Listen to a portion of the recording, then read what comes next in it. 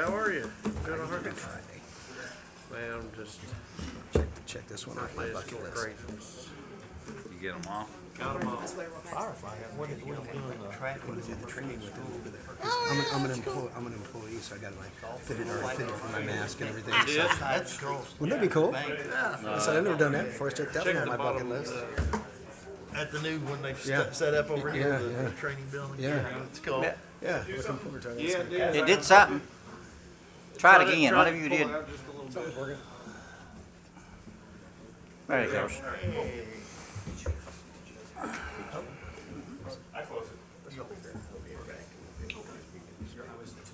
Yeah, okay. Did you? Oh, perfect. I'm getting ready to make a bunch of salsa too. It's all freeze me in here. I can't take it. It's really good too. I know.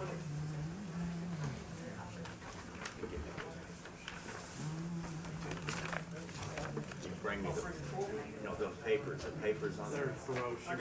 Oh, okay. Oh, never Yeah, mind. light them up there. Are we gonna bump those ceremonies up top? Probably should. If you in hot weather, you're watering your tomatoes. That's three times a week: Monday, Sunday, Wednesday, and Friday. 2 Tony? inches. So how do you decide what 2 inches is? Take your sprinkler, take your onions, take a 5-gallon bucket, 2 inches. It's 8:30. We'll go ahead and call this meeting to order. Madam Clerk will call the roll. Magistrate Craycraft, Present. Pasley. Here. Constantopoulos. Present. Blanton. Here. Davis. Present. Miller. Here.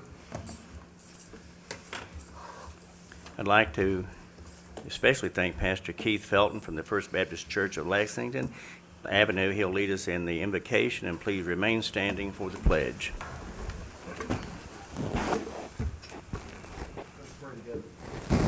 Gracious and loving God, we are thankful for this beautiful day. You are our Creator, our Redeemer, and our Sustainer, and we give you thanks. Today, God, we ask for your wisdom to infuse this room, for these folks who are making decisions, for all the discussions, inhabit our conversations. Give us guidance on how to do your will and do what's best for our community. Thank you, God, for all of the blessings that we have. Help us to remember that. Help us to remember those who are less fortunate. God, we are thankful for the forgiveness of our sin. We're thankful for your grace and mercy. Help us to show that to others. Most importantly, God, we're thankful for Jesus Christ. And it's in his name I pray and give glory. Amen. Amen. I pledge allegiance To the flag of the United States of America and to the republic for which it stands, one nation, under God, indivisible, with liberty and justice for all.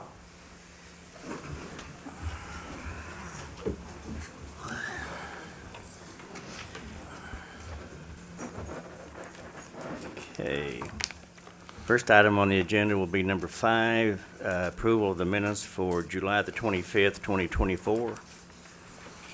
Motion approved. Second.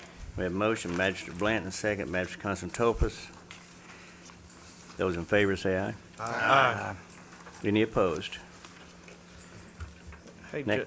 Judge, before we move on, do you think we could bump up I know there's a lot of people here for the presentations. We're going to. Are you gonna bump them Yeah, I up? just Okay. thought we'd get through the quick things, and then we're going to hit the presentations. Perfect.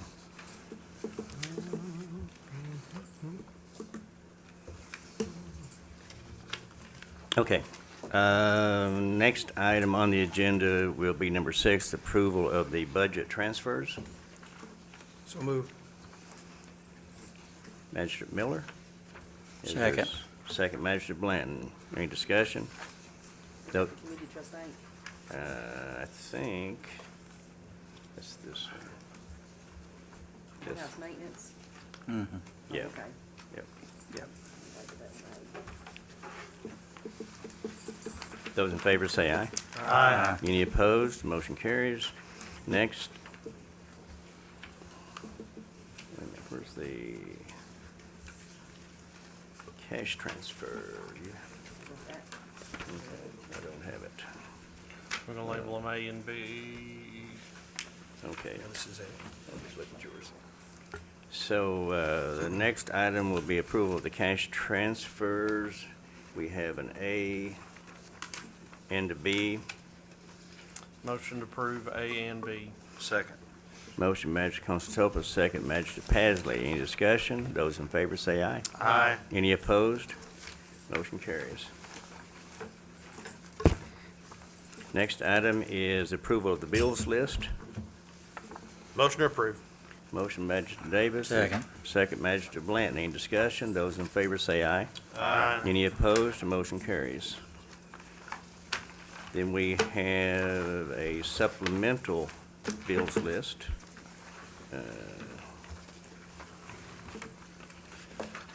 Well, I don't see one. I didn't I see a don't- supplemental. I don't either. Oh, There there's is not? none, okay. So there'll be no action taken on number 9.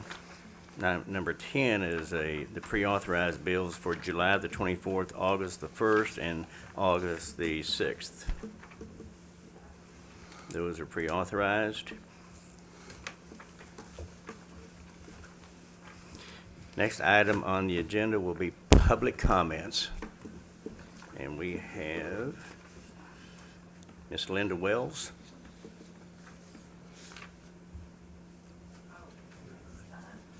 Is the microphone working? Honey, you'll need to use the microphone there. There you go, honey. Thank you. Is it on? I'm not sure. Let me take a look at it real quick here for you. I have never spoken on a Here microphone. you go. Let me try it for you. Well, I've never Check, turned check. around. Check, check. Thank you. I'm here this morning concerned about my neighborhood. I have actually a vacant house right behind my backyard. Give us your name and address real quick for the record. Name and Linda Wells, 629 Clintonville Road, Winchester, Kentucky, 40391. I'm concerned about a property number 756, is that right? Wayland Drive, right behind my house. My house faces Clintonville Road, but this property joins my back road, or back of my yard. I'm on the corner of Clintonville and Wayland. Anyway, the house has been vacant for approximately 5 years.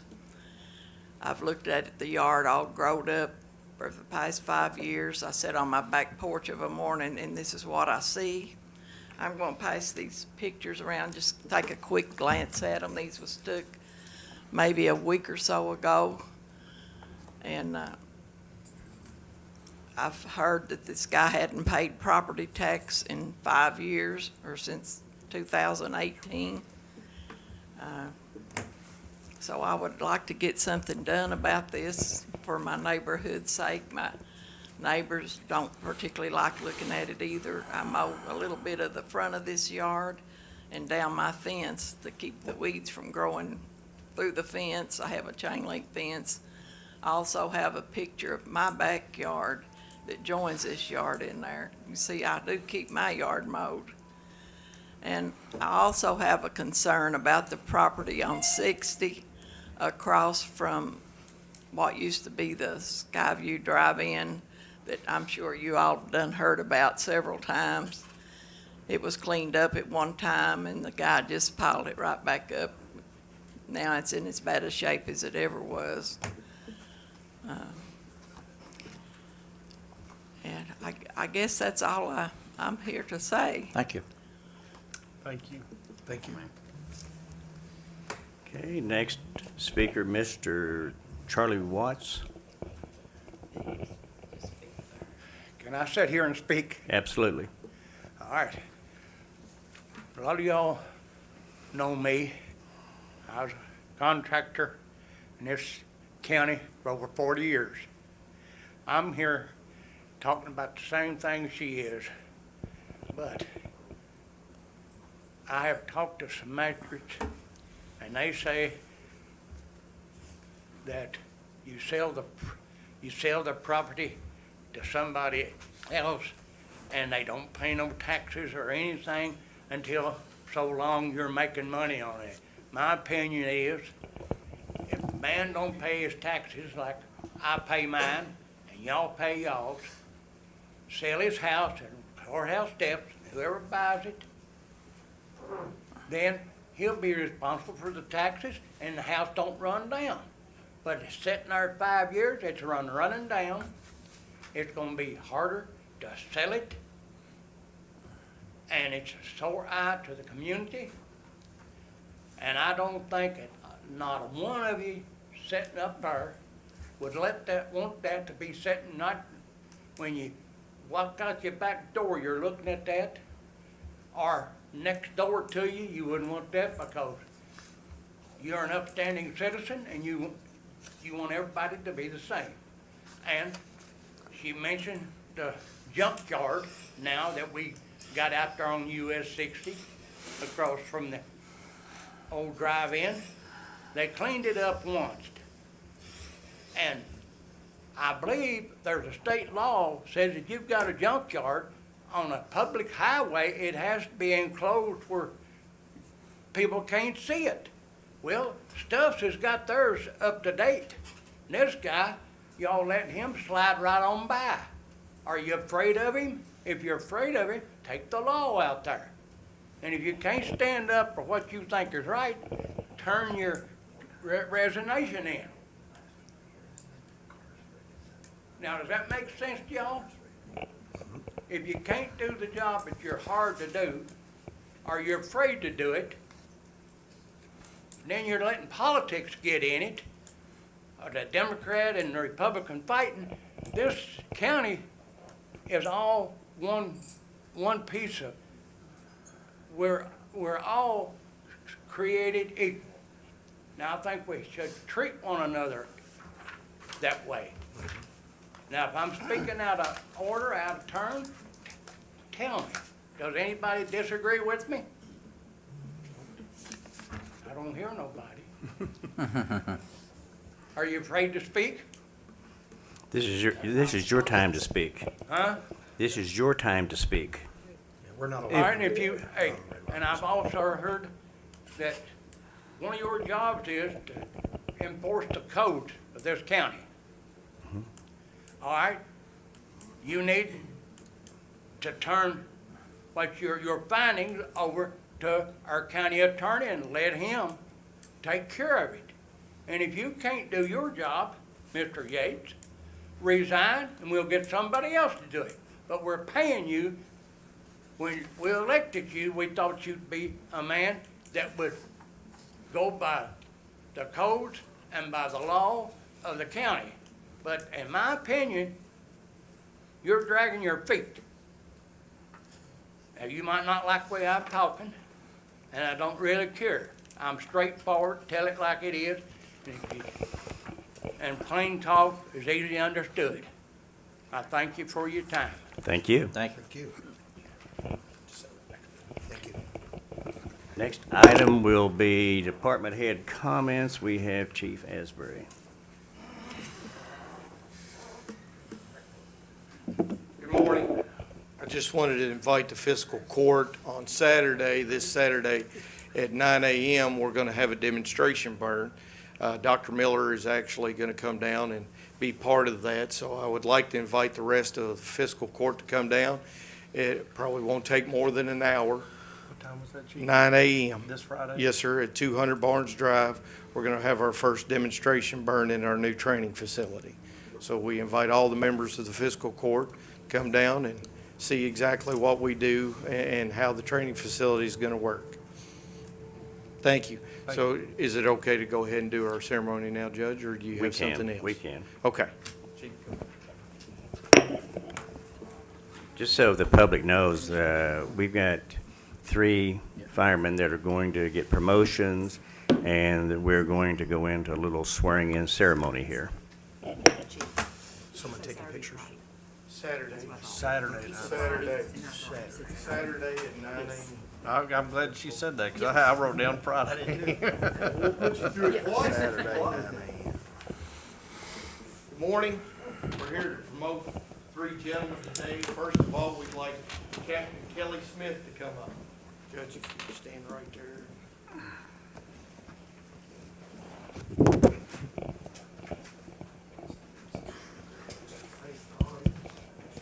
Left hand on shovel, raise your right hand, repeat after the judge, please. He is being promoted from captain to battalion chief. As an officer of the Clark County Fire Department, it is my duty to save lives and protect property in the service to the citizens of Clark County. I, Kelly Smith. do solemnly swear that I will support the Constitution of the United States of America, the Constitution of the Commonwealth of Kentucky, and I will obey and enforce the laws and ordinances of Clark County in which I serve, so help me God. Congratulations.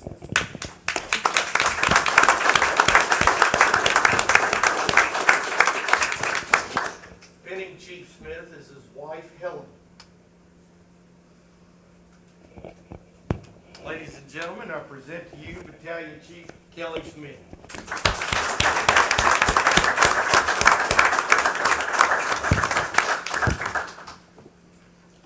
Lieutenant Eric Hunter, please come up.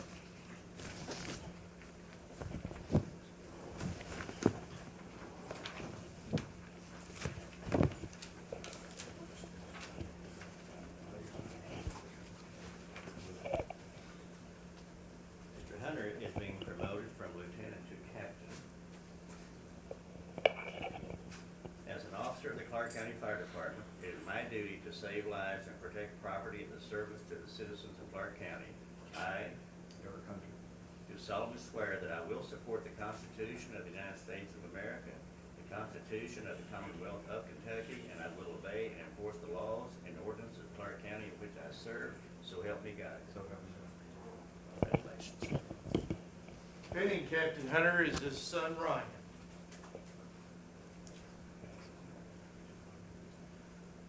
Oh, now's your chance. I know. Ladies and gentlemen, Captain Eric Hunter.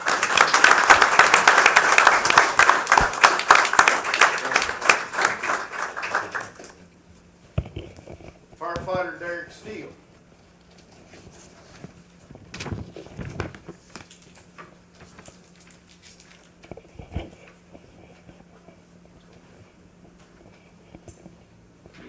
He is being promoted from a firefighter to captain.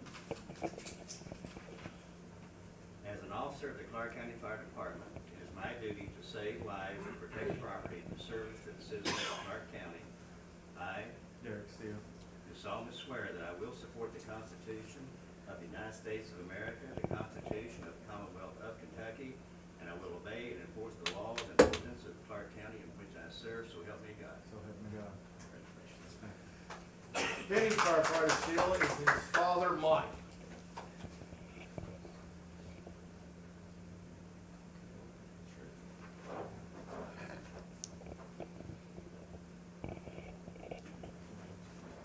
Ladies and gentlemen, I present to you Captain Derek Steele.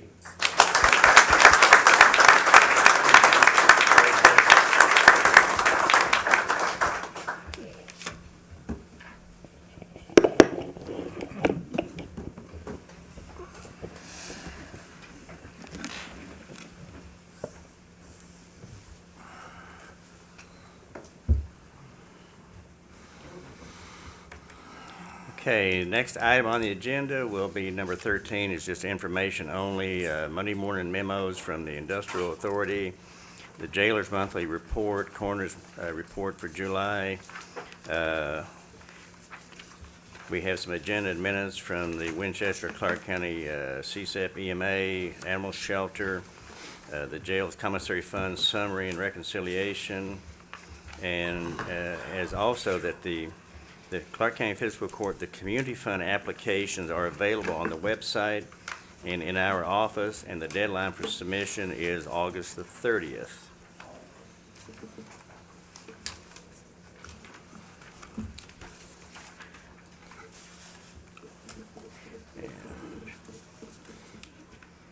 So, you should have orders in front of you, each one of the promotions we just did in the ceremony. So the You'll have an approval of an order of the court for the promotion of Kelly Smith to battalion chief. Motion approved. Second.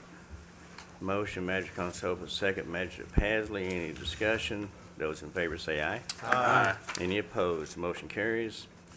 We also have approval of an order for the promotion of Eric Hunter to captain. Motion approved. Second. Motion, Magistrate Constable, second, Magistrate Pasley. Any discussion? Those in favor say aye. Aye. Any opposed? The next one is court order approving the promotion of Derek Steele to captain. Motion approved. Second. We have a motion, Magistrate Constantopoulos, second, Magistrate Pasley. Any discussion? Those in favor say aye. Aye. Any opposed? Motion carries. Next item, and let me just answer, before we get into item 15 on the discussions, on the Waveland Heights property, we have been trying to find this gentleman.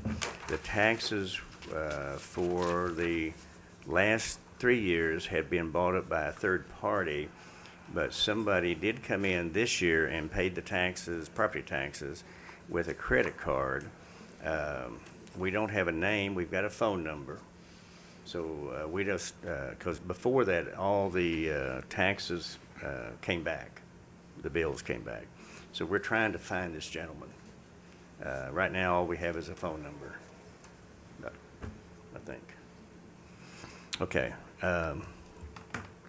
So the next item will be Parks and Rec's discussion of the Northeast Recreational, is that boundary?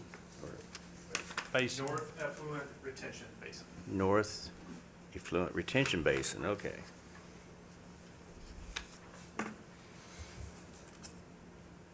I've lost my projector. Hey, power, you gotta turn the power back on, Robert. Went to sleep on us? Yeah, Blinking again? it's blinking again. Okay. It'll take it a second. What do you say, north what? North Effluent Retention Basin. Effluent. Okay. I don't know if it's doing. Yeah, it'll take a It minute. it takes us, it's gotta heat it back up. It's, Daniel can see it blinking on his side. Can you all hear me? Okay. Firstly, thank you all for your time. My name is Kevin Ryan. I'm the Aquatics Director for Winchester Clark County Parks and Rec. This has been a project that I've been working on for the better part of 2.5 or 3 years. So like I said, thank you for your time and this opportunity to present it. Should be ready. You may have to pull that out.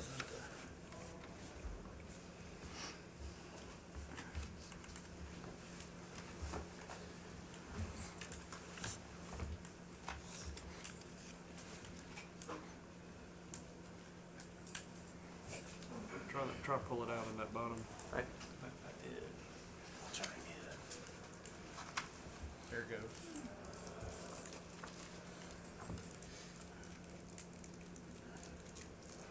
Try it out on my computer too.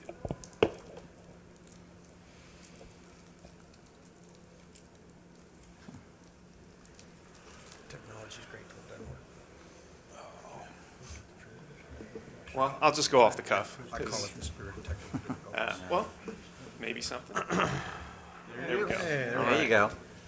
So specifically, this North Effluent Retention Basin is the WMU, I'll call it a reservoir out Van Meter Road on the backside of the Kroger soccer fields.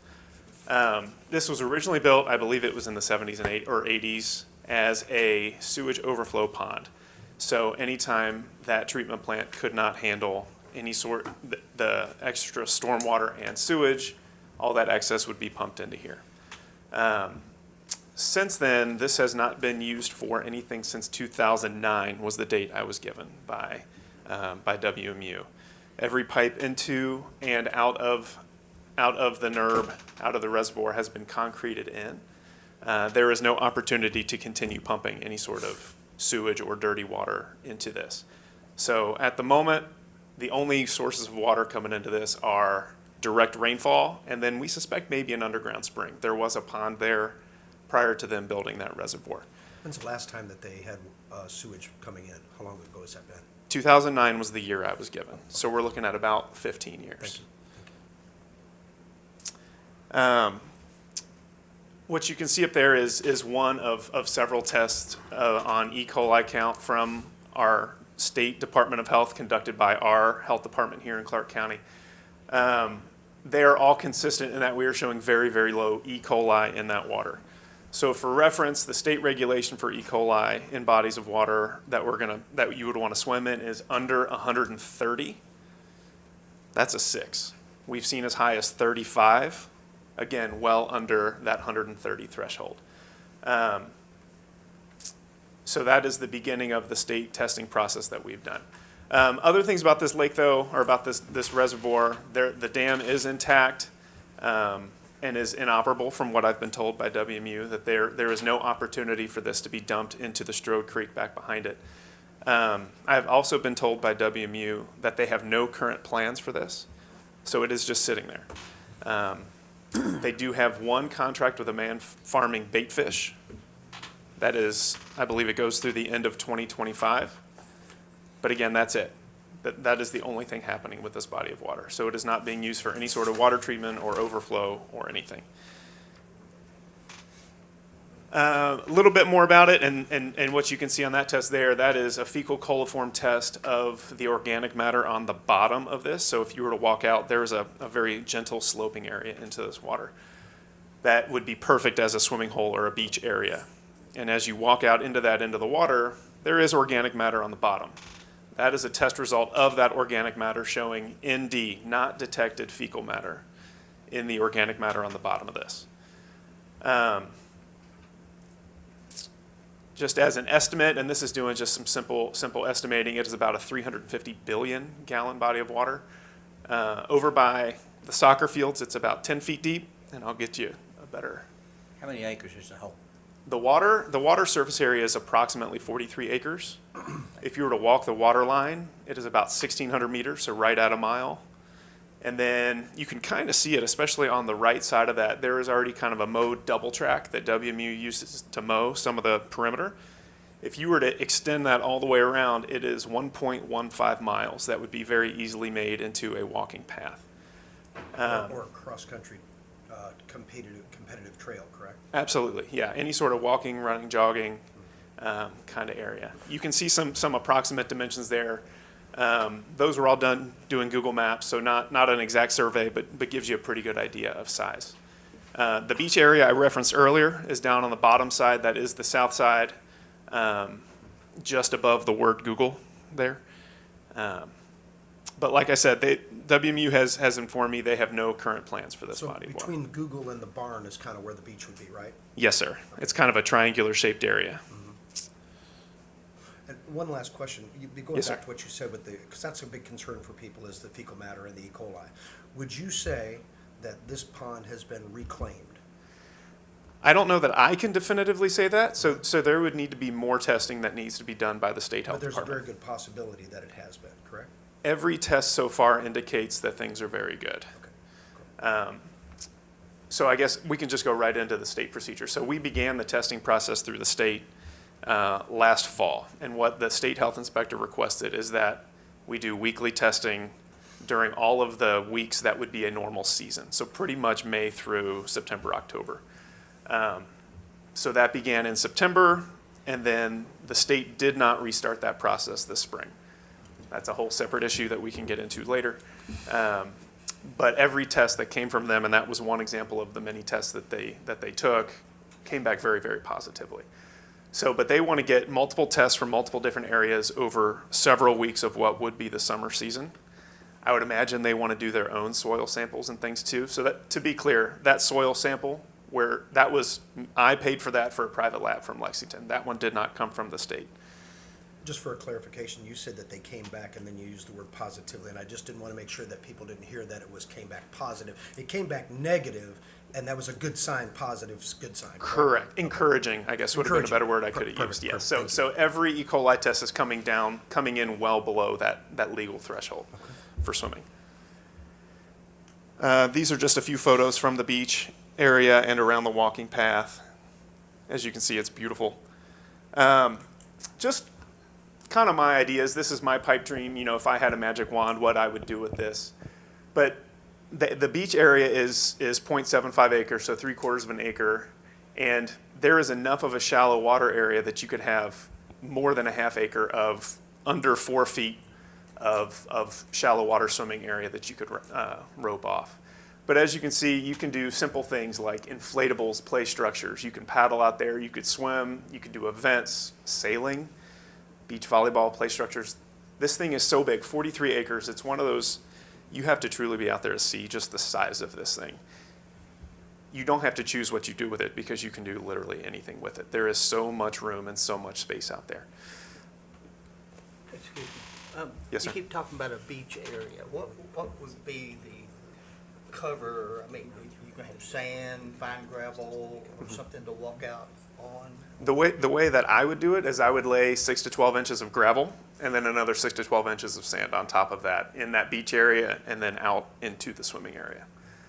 So even if people did have concerns about the soil content, we would still be putting the better part of a foot or more of cover on top of that. These are some pictures of some other lakes with, obviously beaches and play structures that could very easily be done here. This is me and my poor art skills in Microsoft Paint, but just to give you an idea of all the things that we could be doing with it. I also coach the swim team here in Winchester. We hold open water swimming meets. We've done them at some state parks here in the state. Obviously, this would be a natural fit for that. We also host a triathlon at Parks and Rec. This is a natural fit. Paddling, like I said, you could even construct bulkheads in there and do lap swimming in there, running events, beach volleyball. I mean, possibilities are endless here. Question, when you've had those 2 events that you mentioned that we've sponsored, where did we have those? So the Swimchester Sailfish, the year-round team here that I coach, we host the state open water championships. We've done that at Taylorsville Lake State Park the last 3 years.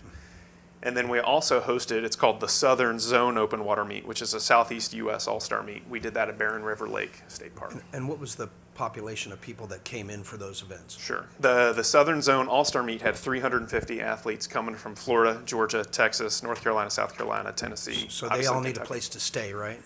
They did. We totally maxed out the lodge there at the state park, and then I believe the cities of Glasgow and Bowling Green loved us. So for For that. tourism side, that would be a good thing for our community, right? Because it was 350 athletes, but another 50 referees, another 25, 30 coaches, parents, spectators. So we're looking at north of 500 people coming in for one weekend. Okay, thank you.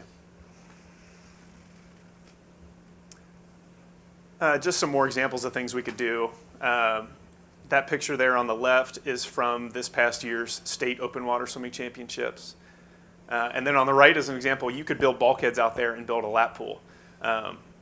One issue that needs to be remedied here in Clark County too is we don't have an outdoor pool. They're expensive to build. This would be quite a bit cheaper, as a stopgap in the meantime. This would be unique. There's nothing quite like this in Kentucky. There are a few pools that are built in quarries, but nothing quite like this out in a lake. And just sailing, fishing, things we can do. Talking about our next step, so the process needs to be restarted with the state. And we have had issues with this inspector in the past. I can speak with you all privately about some of those things. But we do need to continue that process. So the 3 things they need from us and what they need to see is 1, adequate water quality and soil quality tests coming back. They need to see a graded beach area, which ours is already naturally. Thank you, WMU, for building it that way. And then a bathhouse. And that could be something as simple as porta potties. Maybe we don't want to necessarily just have porta potties on our beach, but that would be the way we could get around that in the early days is something like that. So are you saying that the things that we have are pretty much in place, but there may be a problem with the inspector themselves, not necessarily that it would not go through in the state, but the inspectors I'm going to not use the word cooperating, but they may be the issue. I would. It may be an individual that could be a problem, not necessarily that there's something wrong with the project. Is that a true statement? That would be accurate, and that problem is not unique to us or our facility. I'm aware of other facilities that have run into the same issues, and that would With be the same inspector? same inspector. Okay. Indoor pools, outdoor pools, it is the same inspector in charge of all new, I'll call it aquatic constructions in the state. Gotcha. So it wouldn't be a negative that right now it's an issue, it seems to be an issue. Yes, or at least not one specific to us or this project. Perfect, thank you. So if I had my magic wand and we were just going to do a phase one bare bones as inexpensively as possible, first thing WMU, and I met with WMU's board maybe 2 years ago, their big concern was security. So we would need to put some sort of a security fence around this property. It'd be about $100,000 to do so. Hauling in all the gravel and sand, about $50K. If we wanted to finish that trail loop around it, another 35 to 40. I have aeration up there. I don't know that we need to aerate it. Somebody smarter than me in the aquaculture area could go in there and talk about that. Do we need to add more oxygen to the system? Do we need to put beneficial bacteria in? I don't know that. I'm going to have to bring in somebody smarter than me to do that. But the system would cost about $41,000.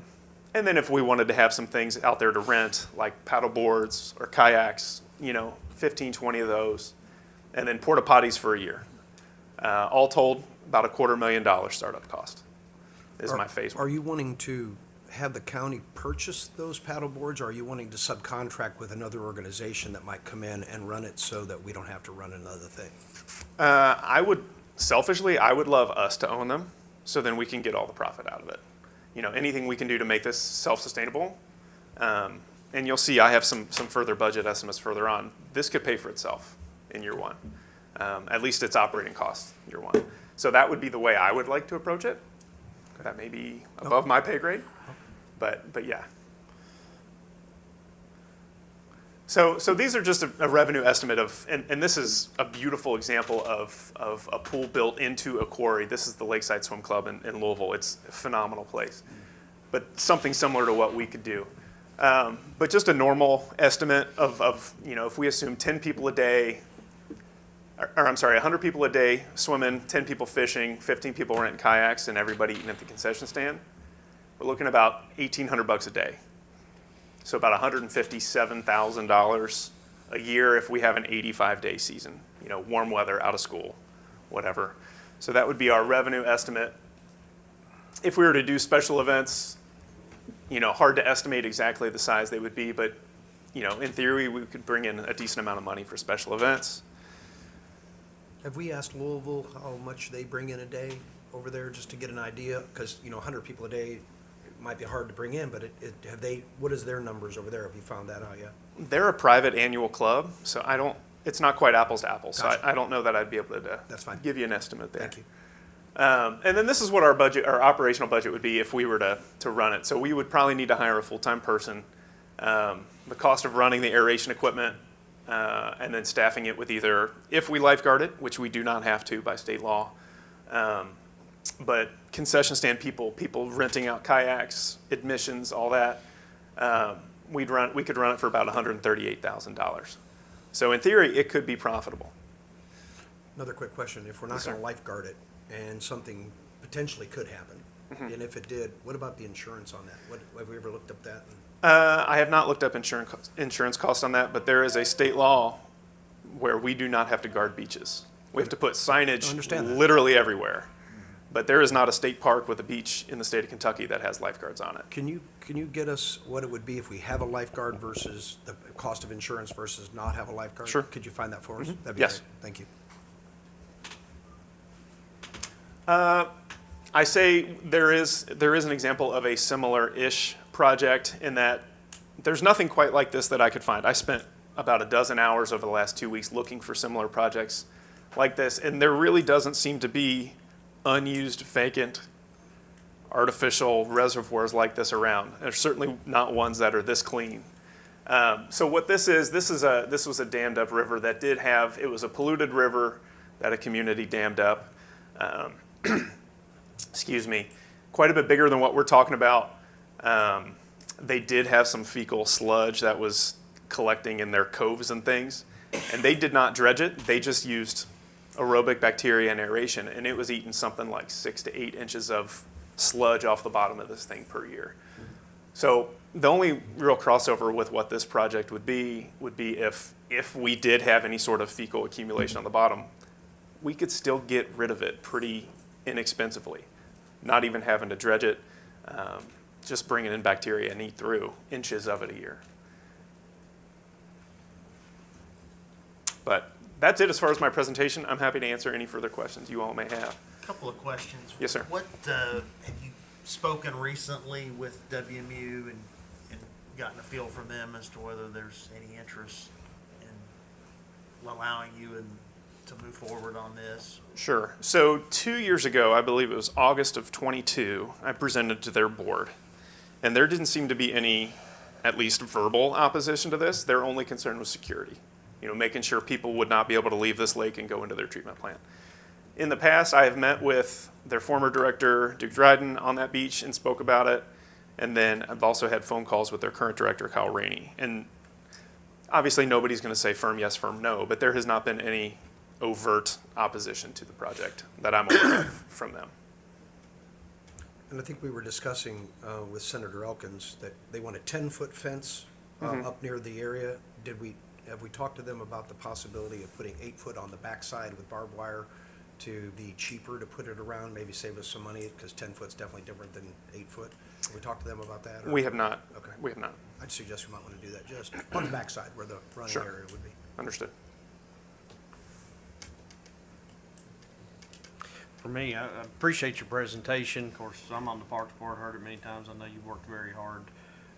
I know I've spoken with Commissioner Toole, who sits on the board from the city side of it, multiple times in regards to this. And I think it's a very good project for our community, but I even relayed to you the fact, and to Hannah, even if it's going to take some time to where it could be possible for people to swim in it, if there's a process as you go, this could really be a huge impact to our community, just from the access of being able to have another walking trail in the community that's a mile and a 1.1. 1.1 miles.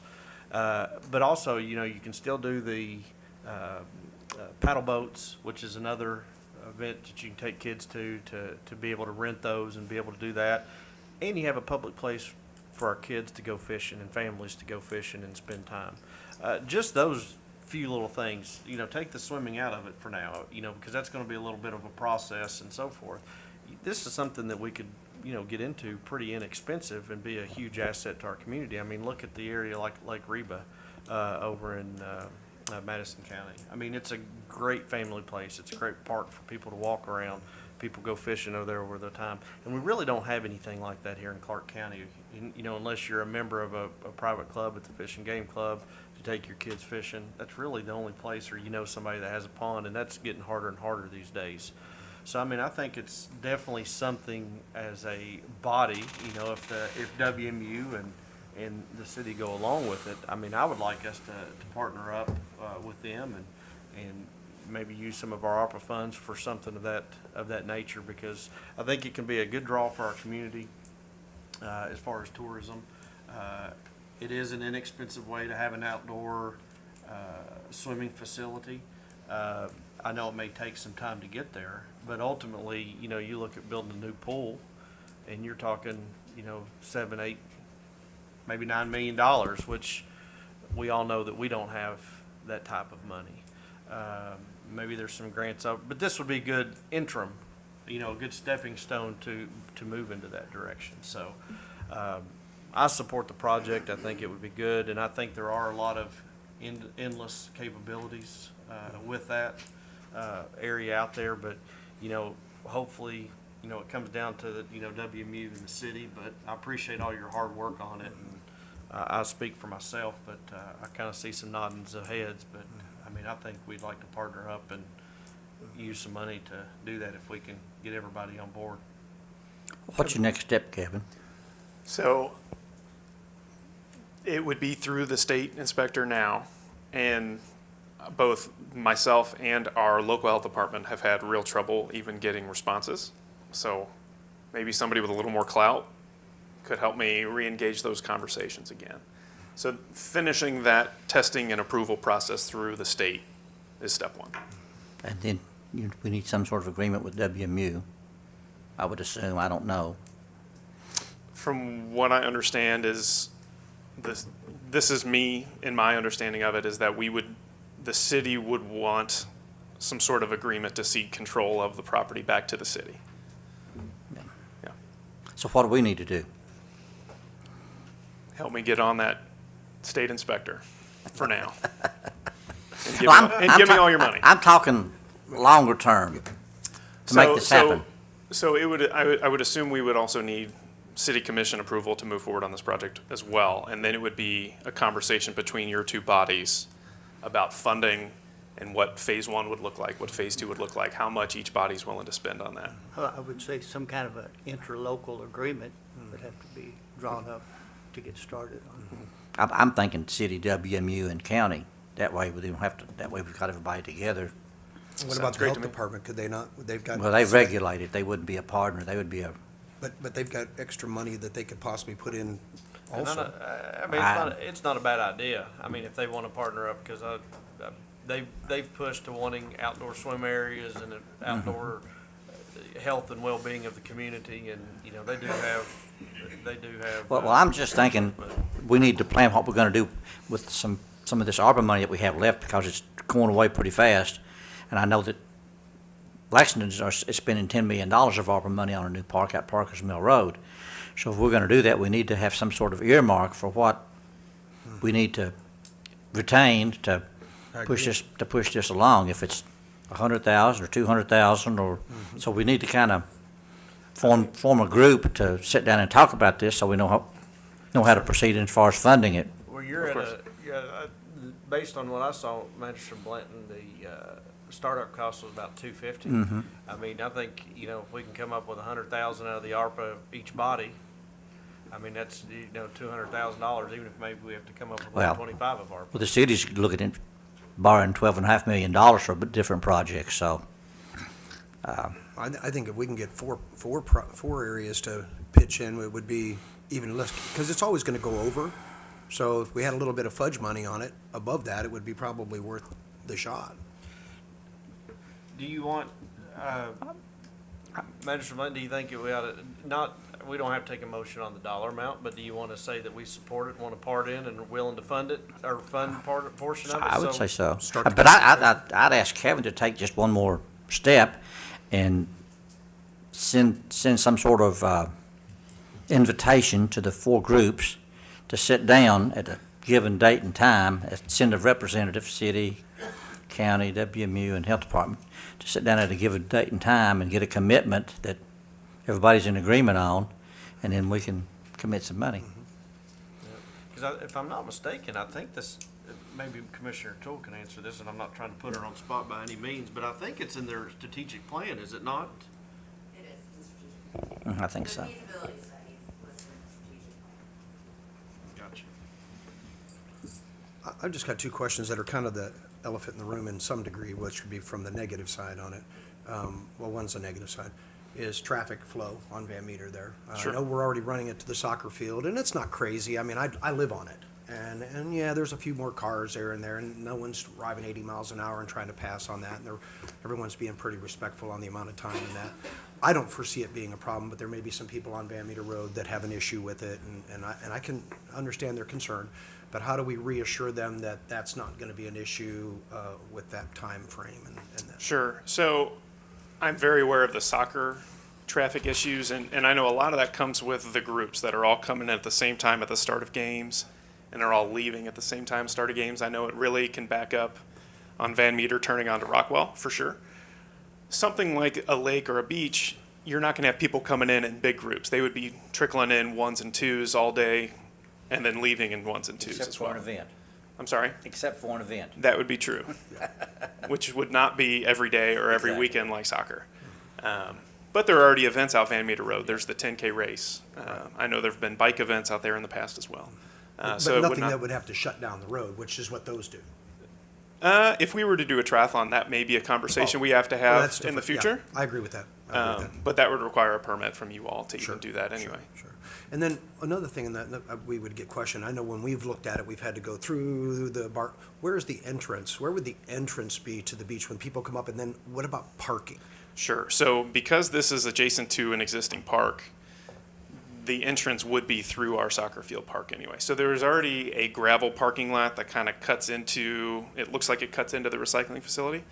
We would need to expand that parking area for sure. And how many cars you looking at? Because if you're looking at 100 per day, plus the boating people, plus this, that, and the other, you're gonna have to have. I mean, I would love parking for 200, Okay. but it could be a thing we just take it as we go. You know, as this grows or gets more popular, we add more and more parking. Sure, and there's room to do that, correct? So there is a lot of what I would call unused area in that recycling facility that abuts up to that lake that I would say could be used for that. Can I add a fifth group to that group? Add tourism to that group? Absolutely. And they are aware of this. I know project as you've well. talked to them. No, I that's was- a good, I that's a was aware good of that. suggestion. Right. So who would provide the maintenance for this area, keeping everything mowed and Parks all Department. that kind of thing? So this would be a parks. Okay, property, Park yeah. Department would take care of all of that. We already mow that property, to begin with, it would just be the parking, like he was saying. He means the soccer fields. Yes, but, I mean. Not the lake common proper. area, so we're already out there mowing that area, we would just take that on. And then as far as, using it for parking, like he said, there's space there that we can use, but WMU has, I think, 300 acres out there. Most of it is being used for, I think you have some people that are using it for hay. That'd be something we discussed, maybe taking another acre out of that. Can you reach him with a microphone? Yeah. Yeah. A lot of people are having a hard time. Yeah, come on up. Sorry about that. So there's 300 acres out there that is next to that property. What we would try to do, most of that's being used for hay. It'd be to maybe try to take some of that off of whoever's doing the hay and add some additional parking. If you're looking at the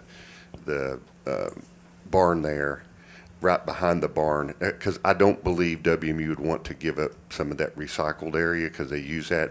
But where Kevin has the beach area, behind that beach area toward the south of that, as you're looking at it, there's tons of acreage there that we could basically cut into and turn that into parking that wouldn't really be affecting anything. Whoever's farming it or haying it would just do 2 or 3 acres less. What's the barn being used for now?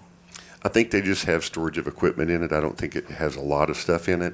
It's something you could renovate into a bathhouse if they were willing to give that to us, or, you know, it's something that could be renovated into a bathhouse to store the kayaks, et cetera. That's what I was thinking, storage for kayaks. Sorry, I don't want to take over. You know, as far as the funding goes too, I don't know, there's a lot of people that, in our town that are, affluent as far as wealth goes, and they want to see their name go on. Is there a way that we can do sponsorships too, as far as people that would want to, you know, you can have a plaque and you can have the whole board and everything that's telling how the E. coli for the day, but also besides having WMU Fiscal Court and on that thing, maybe have some people that, maybe some industries that would be willing to throw some money at it so we could go past the mark that we're shooting for and maybe go for some of the bigger kahuna, which would be awesome. No, absolutely. That's what happened with the first playground at College Park. Yeah.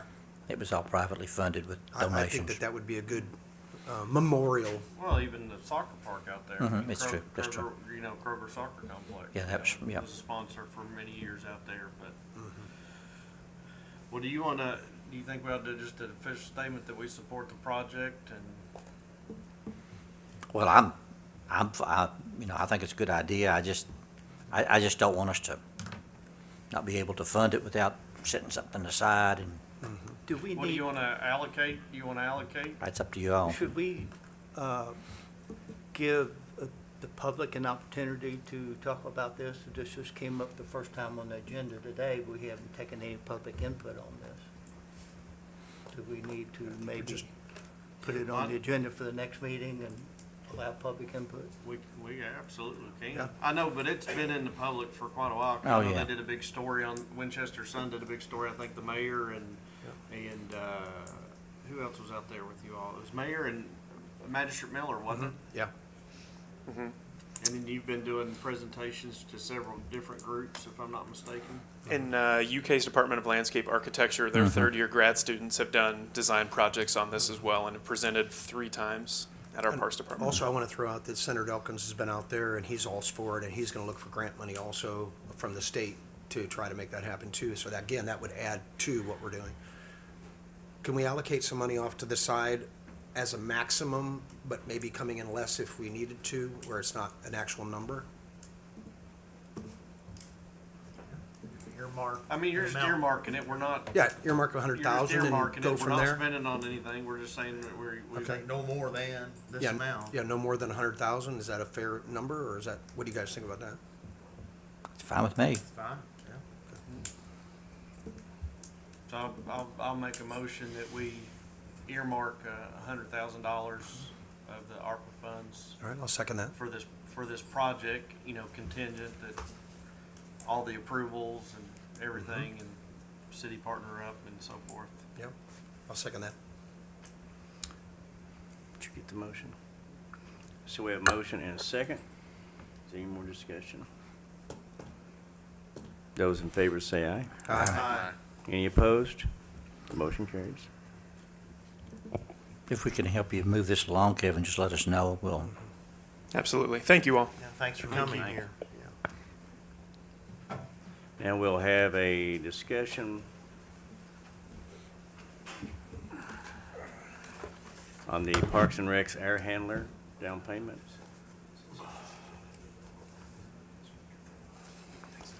Yep. turn it back on, I think.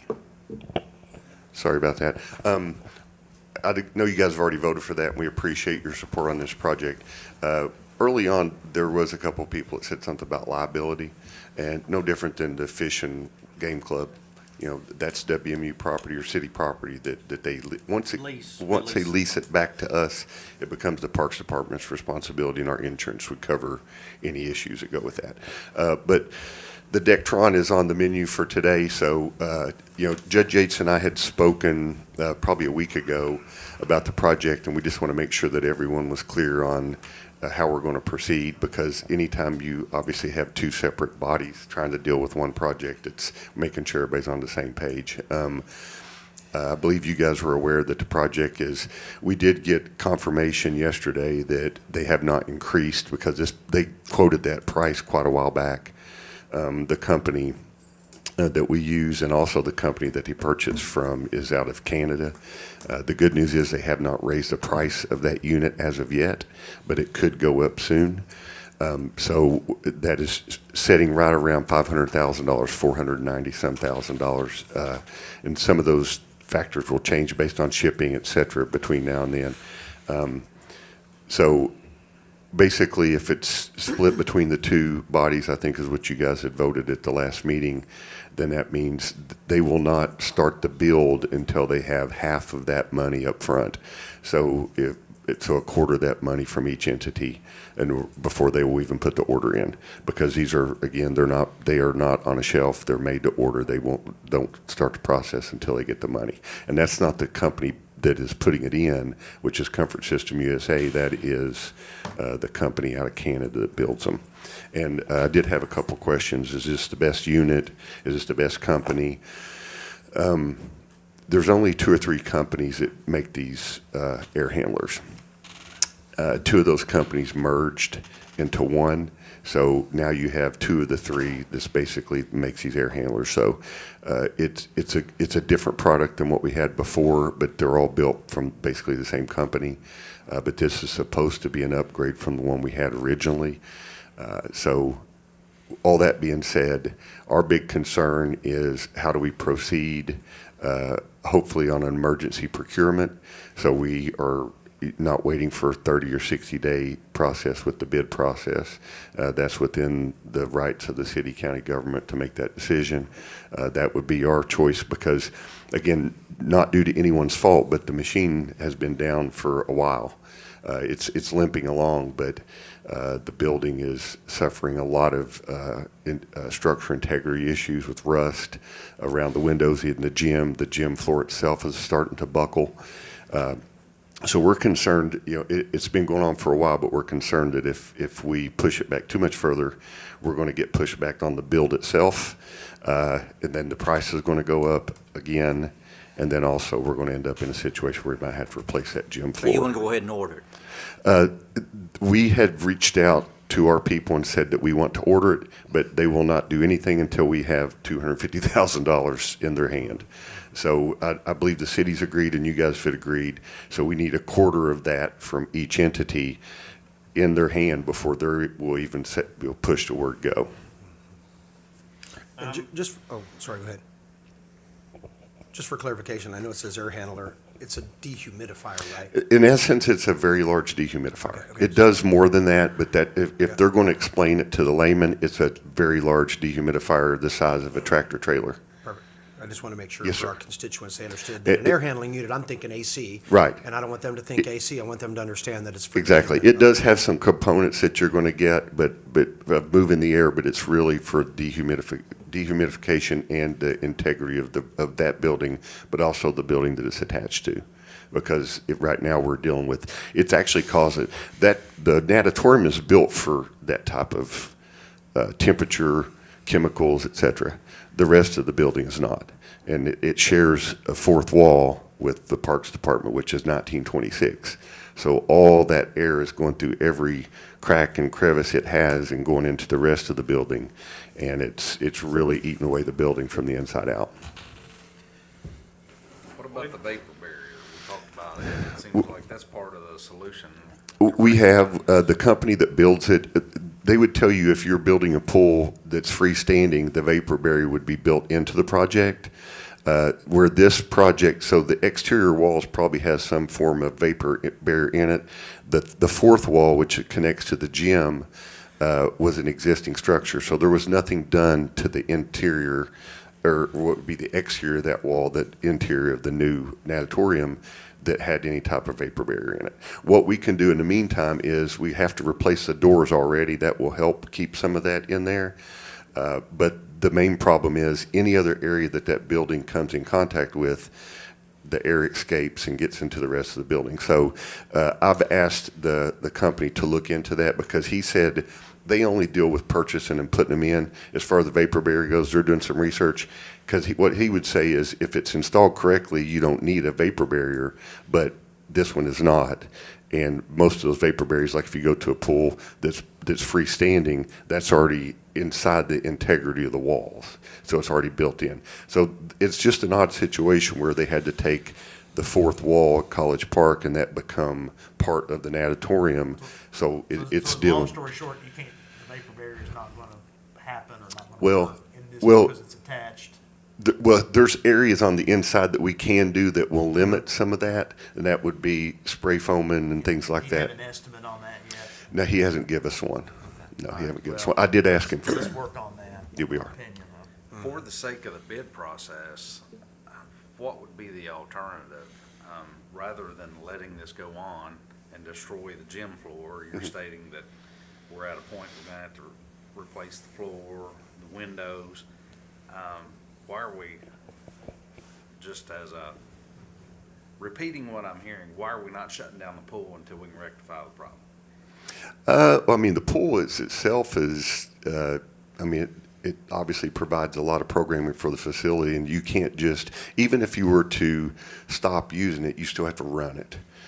If you turned everything off, that pool would turn into a cesspool. It would eat itself up even worse than it is. So you're still going to have to maintain it as it would be working. So there's really not a lot of benefit of shutting it off, because you can't just turn off the HVAC. Drain it? No. Well, you can't drain it either, because if you lowered the water to it, there's something, it's basically called floating a pool. The hydrostatic pressure would push that pool up out of the ground.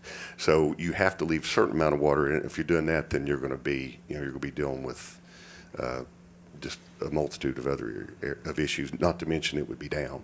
So that would obviously affect, the functionality of the facility. Now, the pool area is conditioned air as well as like the Yes. rest of the gym, and the same HVAC Yes. system. It is the same unit.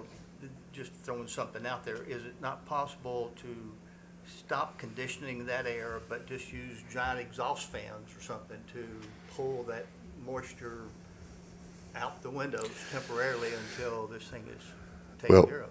We added a big AESS fan on the top to help pull all that temperature up and take it out, because there is a giant exhaust. It's the size of that wall. What they've learned in building new pools is to have something ground level pulling that air off the top of the pool. We did get estimates on that. It'd be about a $25,000 or $30,000 project. And what they're, and because if you go to Hamburg, they've done that at the new YMCA. This is, our pool's now pushing 15 years old. The newer models are starting to have ground level air pulled off the top of it. But that's about a $25,000 project to do that. So, there's, the Dectron itself, as it was working, it's never functioned well since, even before I was there. I think some of you guys were here, Robert was here when it was commissioned. It did not handle the air or the temperature in there very well. And I don't think it's a unit. I think it is the way it was put together, being no vapor barrier. I really think that has a lot to do with it. The contractor said that there should have been a vapor barrier in there. And again, that ship sailed a long time ago, but I think that's part of the problem, not having any way for that air to prevent it from going into the other building. So getting it replaced is the long-term answer, and it might be the short-term answer as well. I mean, there's not a whole lot of other options you can do. So you need to come in for $125, or I make a motion. 100, Well, 125. Again, I think you guys had voted for the 250. It's just a matter how you want to get the 125 to, or the 150 to this, to whichever entity wants to pay for it and reimburse the other, or two checks separately that's going to go. But I talked to the guy yesterday. He's like, we can't do anything until we get. Yeah, we got that. So down they're payment. asking to be paid in full up front? No, not in full. They need half. So Yeah, how they are we need gonna half. come up with the half of the 250? And remember, this is not, the half isn't the company installing it. The half is the company building it. They will not start the process until they have it, because they're in Canada.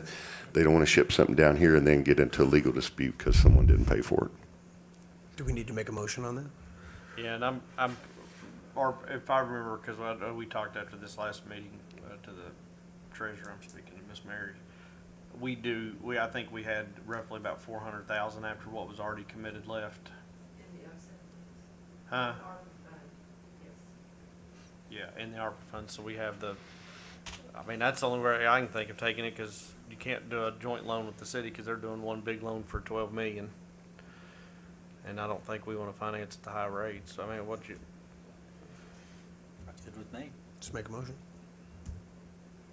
So make a motion that we go ahead and make a payment of $125,000 out of the, do we have appropriations available though, or are we going to have to do some transfers? Okay.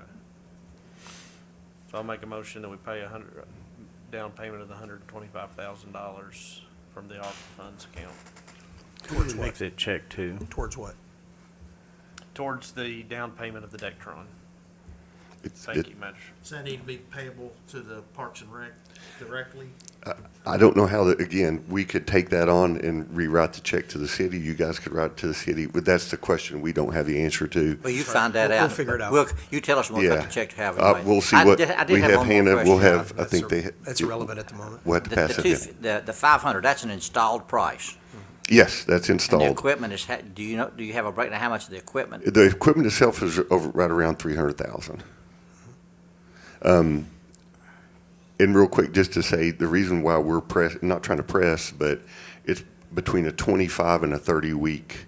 I understand that, yeah, Build. you told us Yep, that yep. before. So that pushes us into winter, and that summer hasn't been as bad. Winter, when we have to close the doors, it's literally drips all So through the we're building. paying a half of the installed cost, not a half of the equipment cost. Well, it's one unit. You can see it however you want to see it, but to me, Well, I guess my real question was, Right. if they won't build it till they have half of the cost of producing the equipment, Right. half of that would be 150. right. So I just want to clarify that. Well, I guess I'm assuming that the company putting it in has to have their Okay. skin in the game too. So it's 50% is what they Okay, said 50% of the total is what of the they- total. Yes, sir. Okay. So 250 'Cause total. I think at one time you said the equipment, and I was just trying to Right. clarify. Okay. Well, I'm unfortunately seeing that from the outside as one That's right. project. How about, let me amend that motion. So make a motion to pay authorize the treasurer to pay $125,000 out of that fund the Parks Department will notify Miss Mary on who to make the check out to, whether it needs to be the I assume city. we'll get an invoice and we'll. For, we for can- down we- payment, we have to for pay down payment on the Dectron. Well, they'll send us an invoice and it'll say who to pay it on, I would assume. I second that. We can talk after the meeting. Yeah, we can do that. Okay. That's why I didn't get Dectron. No, that's the old unit. It's called a Seresco, is the new unit, Seresco. It's what, Seresco, Seresco, Seresco. And I feel like I'm going to do a spelling bee here. I might even be spelling that wrong because we called it Dectron for so long it just comes off our tongue. That's fine. But the Dectron no longer exists. The company's merged and now it's called Seresco. Yeah, we need to move on. So we're up for a vote? Oh, and the last thing I think for Magistrate Paisley was discussing is the vapor barrier. We have asked Comfort Systems to come up with some form of solution for that. And now that wasn't in the money that the city was borrowing, and I don't believe it was in the money that you guys had agreed to pay for. So that would be in addition to that, and some of that might be able to be done by our crew, whether it's interior, so we'll see what they say Just about that. update us on that. Yeah, And then update we Yes, can sir. sit down. Yeah. So good, we got a motion on the floor, I guess. Okay. Have a Thank you. motion and a second. Thank you. Any more discussion?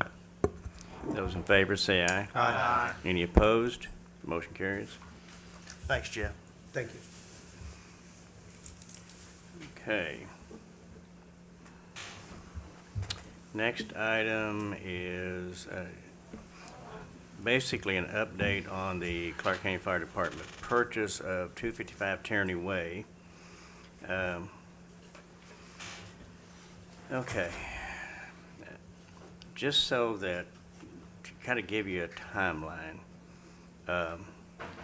back when, and I'm not against buying the building, but I do still have some questions. And back when the initial discussion took place, 255 Tierney Way was comprised of two buildings. 255 was the 8,000 square foot building and the 34,000 square foot building. A few months ago, there was a plat change, and at that time, when the two property buildings were on the same plat, the total appraised value was like 1.176 million for both buildings. So now they've been separated, and I guess where my confusion or whatever, my hesitation. So right now, number one, we didn't go out to bid for the property. We didn't get an appraisal of the property. And I keep coming up with the same question: what is that property worth? Well, now that the properties are separated, like I said, the beginning was both buildings were at 1.176, I think. So now the PVA will have to do an assessment of two separate buildings. And the struggle that we're running into, and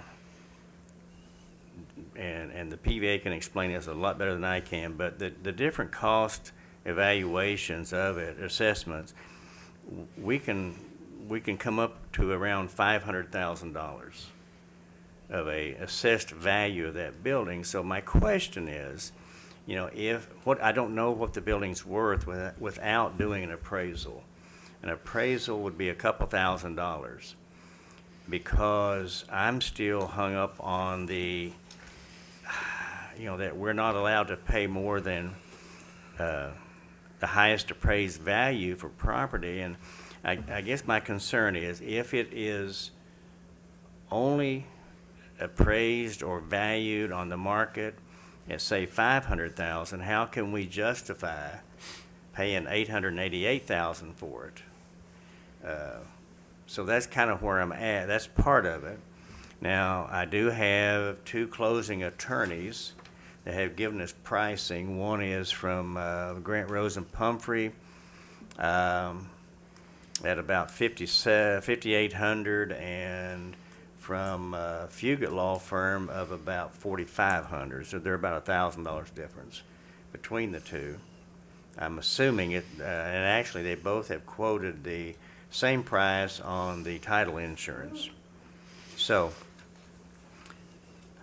I feel hesitant to go ahead and try to close on this piece of property until I know beyond a shadow of a doubt, because right now, with our present financial situation in the county, we can't afford to waste any money.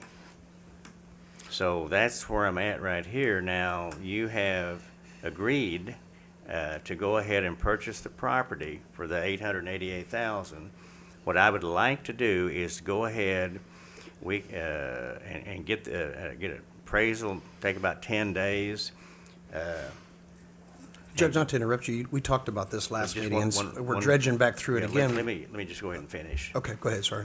So, then so if we stay on the track of September the 1st, the Fugate law firm, will be on pre-planned vacation for the last week of August. So, that leaves the one, Grant Rose and Pumphrey. Do you want, if we can't use the Fugate law firm, do we want to use another law firm? Do we still need two prices on it? Well, ultimately, you need to do the lowest, which one would be Fugate, but I'm sure we can work with the property owners to push back the closing a week or two. I mean, that happens all the time in regards to purchasing. To address the issues you brought up about the appraisal, we're already committed to purchase the property. We keep bringing up this appraisal thing. We've brought it up. The county attorney issued everybody a written opinion in regards to the issue that we do not have to have an appraisal on that property. You cannot Which build. addressed Robert Blanton's concerns, That's which Well, is and really, it also said that we needed to comply with the procurement code, which we didn't do. We didn't advertise it, we didn't put proposals, we didn't do. His opinion was we need to comply with the procurement code, which we didn't do. Well, let's go back, but you can't put out a bid process on a building. There's only one of its kind on that. We had looked for multiple years, or, I was roughly about a 2-year period, a 1.5 year period, and we had everybody bring in proposals in regards to what we could find. We determined based on the type of property that we could buy, this was the cheapest and most economical way for us to have an additional station. We're currently leasing this building right now. We're paying roughly, Chief, what is the amount? $34,000 a year in lease of the property, and that is for 1,200 square feet of that property. We will now be taking all 8,000 square feet of that property, and we're going to be purchasing it through ARPA funds. So it's going to be a net gain to our actual budget of what's going on. There is, I know there are additional costs as far as utilities and those things of that nature, but ultimately it's still, for the money, the best that we can buy. I understand there's tax assessment. We all know that tax assessments are lower than the appraised value, because appraised value is an opinion of appraiser, what somebody's willing to pay for it. But you always know when you go to buy something, it's based on what you agree to the price, and the appraisal usually comes in exactly what you agreed at the price. So we're already committed to buy it. To spend $2,000 to $3,000 to have an appraisal done now is a moot point. That's wasting money at that point, because we already agreed that this is the best way to go. So I don't know why we keep hashing this up. I mean, we've literally talked about this for weeks now, and it's the same thing every time we get to a new step.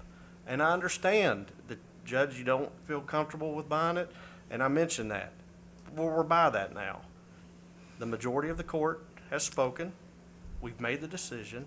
We need to follow through and go on to our next project. There's many a times that I've been on this court, when I've been in the negative, you just turn around and go on.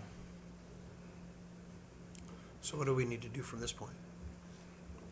If we push it back, we'll owe another month's lease. I mean, it is what it is. I mean, but we've got to, take care of I'm sure we can work with the Tierneys who we purchased the property from. I think the contract says get 5-day written notice, and you can change the closing date. What was the difference between the two attorney firms? Between what? Money-wise? It's about $1,000. Well, then we're spending $3,000. Why not just go with the one that's here, so we don't have to spend the $3,000 that we're gonna have to pay for being a month late? And then save $2,000. Because if we go over, we're gonna have to pay another month's rent that just Can basically we talk to gets- the landlord and see if he'll work with us a little bit on those few days? With the court's permission. Yeah, I think. I think that'd be the best course of action.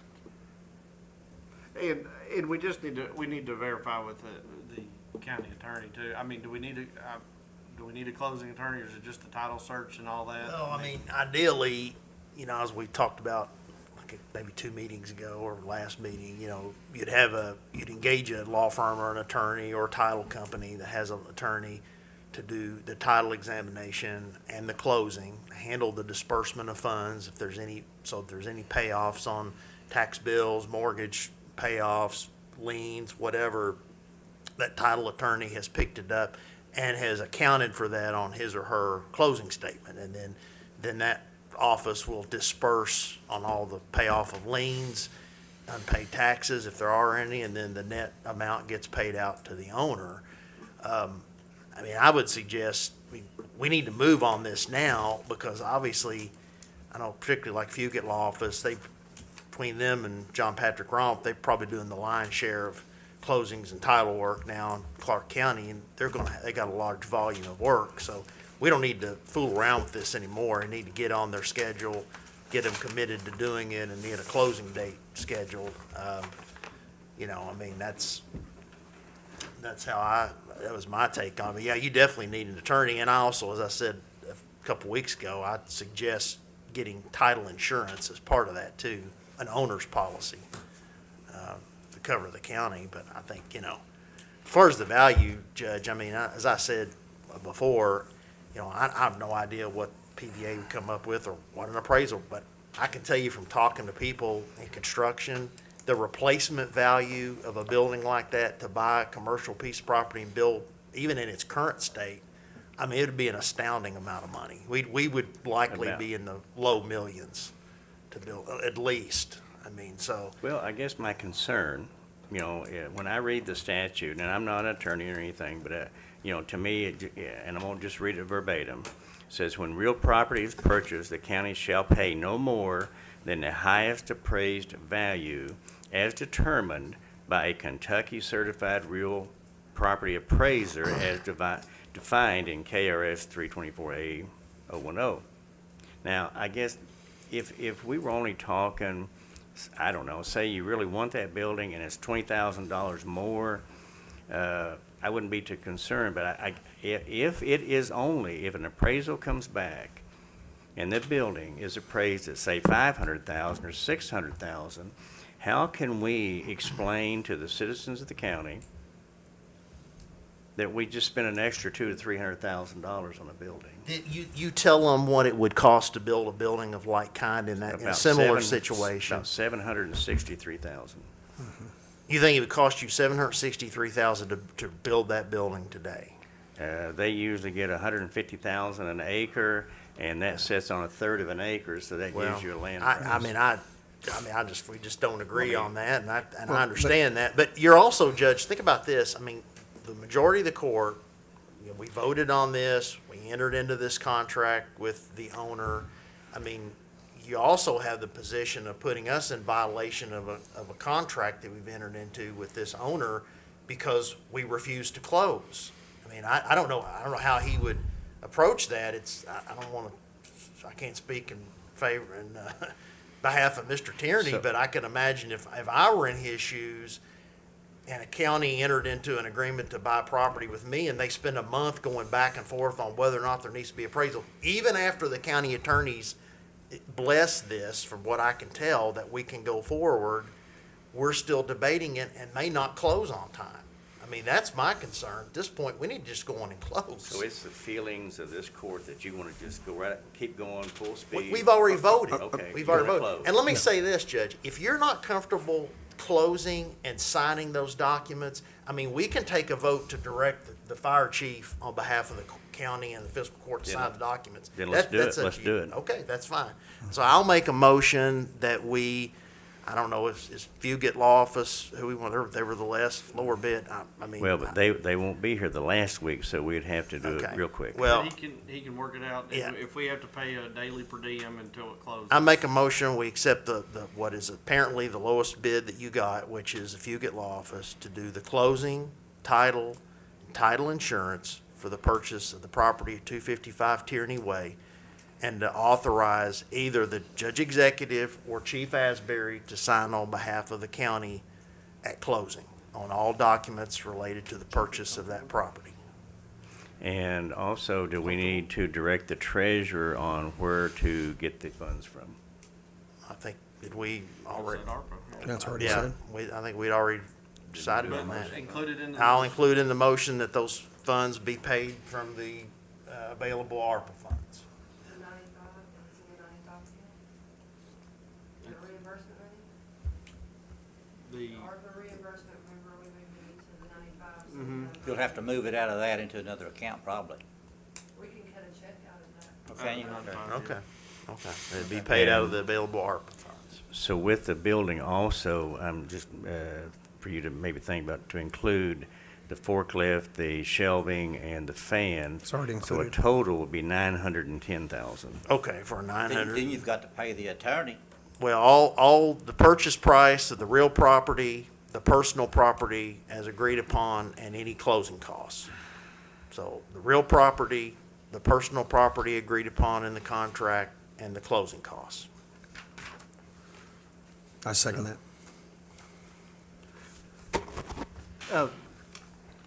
You don't know how I feel about it. I'm for the station, but I have to agree with the judge on this. I would feel better if we had the appraisal now. I don't know that, and when we signed the contract to purchase the property, I know that sometimes you do that on the condition that the property meets appraised values. I don't suppose we have that in our contract. As far as I can recall. Yeah, okay. Yeah, I'm gonna be a no vote because, I feel better if it's appraised, but I'm not against the station. So the motion, I think, is to go ahead, continue as is, and allow the, Fugate Law Office. to do the paperwork. Do the title, closing, title insurance. And you're authorizing the county fire chief to sign the deed in the closing. And all closing documents relevant to the purchase at closing. the judge executive The judge executive or the chief. So if you elect not to, Judge, the chief would be authorized to attend the closing, sign the documents on behalf of the county. And that the funds be dispersed from, or used from ARPA, the available ARPA funds to pay for the property, real property involved, the personal property that's being purchased in the contract, and any relevant closing costs. Because that'll be an additional, whatever, few thousand, 4,500, sounds like, plus the And title we insurance. do not want an appraisal. I'm not including that in the motion, because we've already discussed that and put that to bed. That's And just- the attorney, We're just- we're going on the attorney's recommendation, right? Yeah. On that? One last thing, Judge, and this is just a note. We had mentioned that there's a statute that says we cannot buy anything over the appraised value. And you feel that this building is a little bit more than that, than what you would, but then you came back also and said that if it was just 20,000 over, you wouldn't have a problem with that, but yet it's still over that statute. So that might not have been, I don't think you really meant that, but Philosophical. because that would have, yeah, but it's still not philosophical. It's still saying that I'm willing to fudge, but we just didn't, I just want to make sure that you really didn't mean that, because I don't want anybody to Stand come back. corrected. Yeah, thank you. So we had a motion, is there a second? Miller was the second on this? I am. Any more discussion? Those in favor say aye. Aye. Any opposed? No. And I vote no, Craig Craft, Blanton. and myself. 4-3 passes. So the motion passes 4-3. And Judge, I apologize, I mentioned you, I got to meet other meetings, so got to go. Thank you. Okay. Next item will be the court order, oh, I'm sorry. Notes in the minutes, we have the treasurer's report for July 24. And just to make everybody aware, in concern with the treasurer's report, you'll notice it says this was at the end of July, that $434,000 was in the bank. Well, a week and a half ago, we actually got down to $191,000. Now, in the meantime, and we've still got some large bills outstanding to get paid. The good thing is most of those big ones are due by the end of December, so hopefully by that time we'll have all the tax revenue coming in, and so that'll be a lot easier. But as you'll see, so right now, after this meeting, we'll have about $347,000 in the bank. Once we pay everything that was approved on the bills list and the transfers and everything. Just to kind of give you a feel for where we're at. Have you ran any cash projections? We've been looking at last year's. I don't have an exact number, but I think we've cut spending drastically. There's nobody working any overtime. We've cut spending. I think that we will do basically the same thing that happened last year.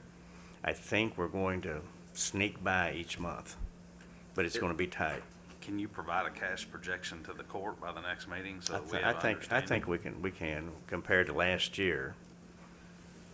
Mary, B, what's on the insurance tax revenue, have we received about I know the last time I talked to you, you said there was one insurance carrier, one of our biggest ones, it did come in, so it has since been received.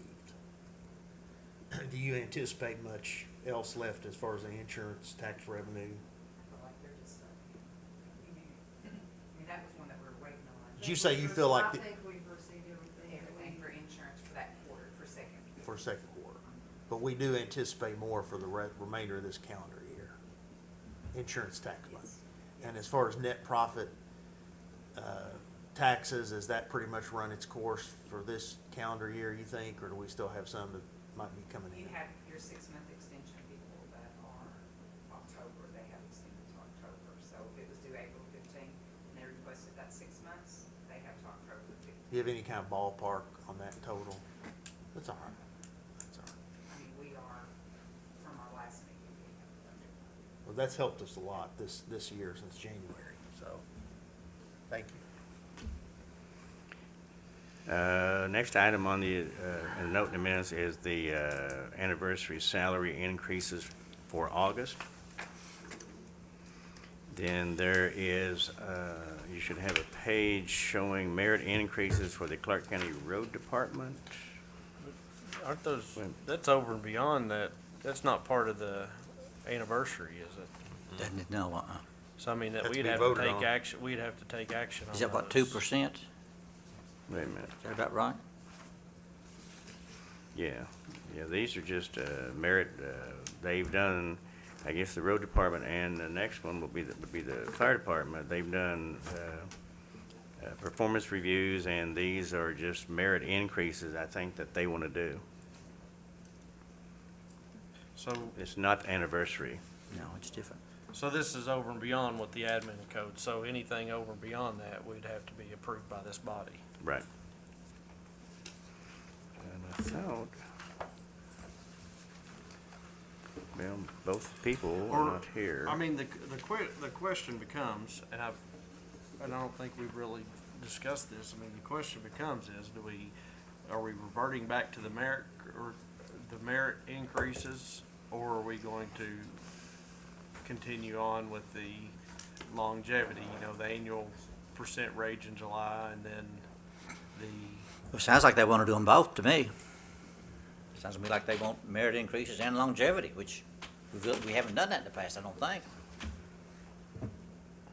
You got the raise with the new budget, and then you get your longevity. Merit wasn't part of that I recall. Well, it's in the admin that you can present to. You can present You it. can present it, yes. I Yeah, no, you're right, Yeah, you can present it, but it's not automatic. It's our discretion, Exactly. whether it happens, yeah. I see. That's right. Wasn't automatic.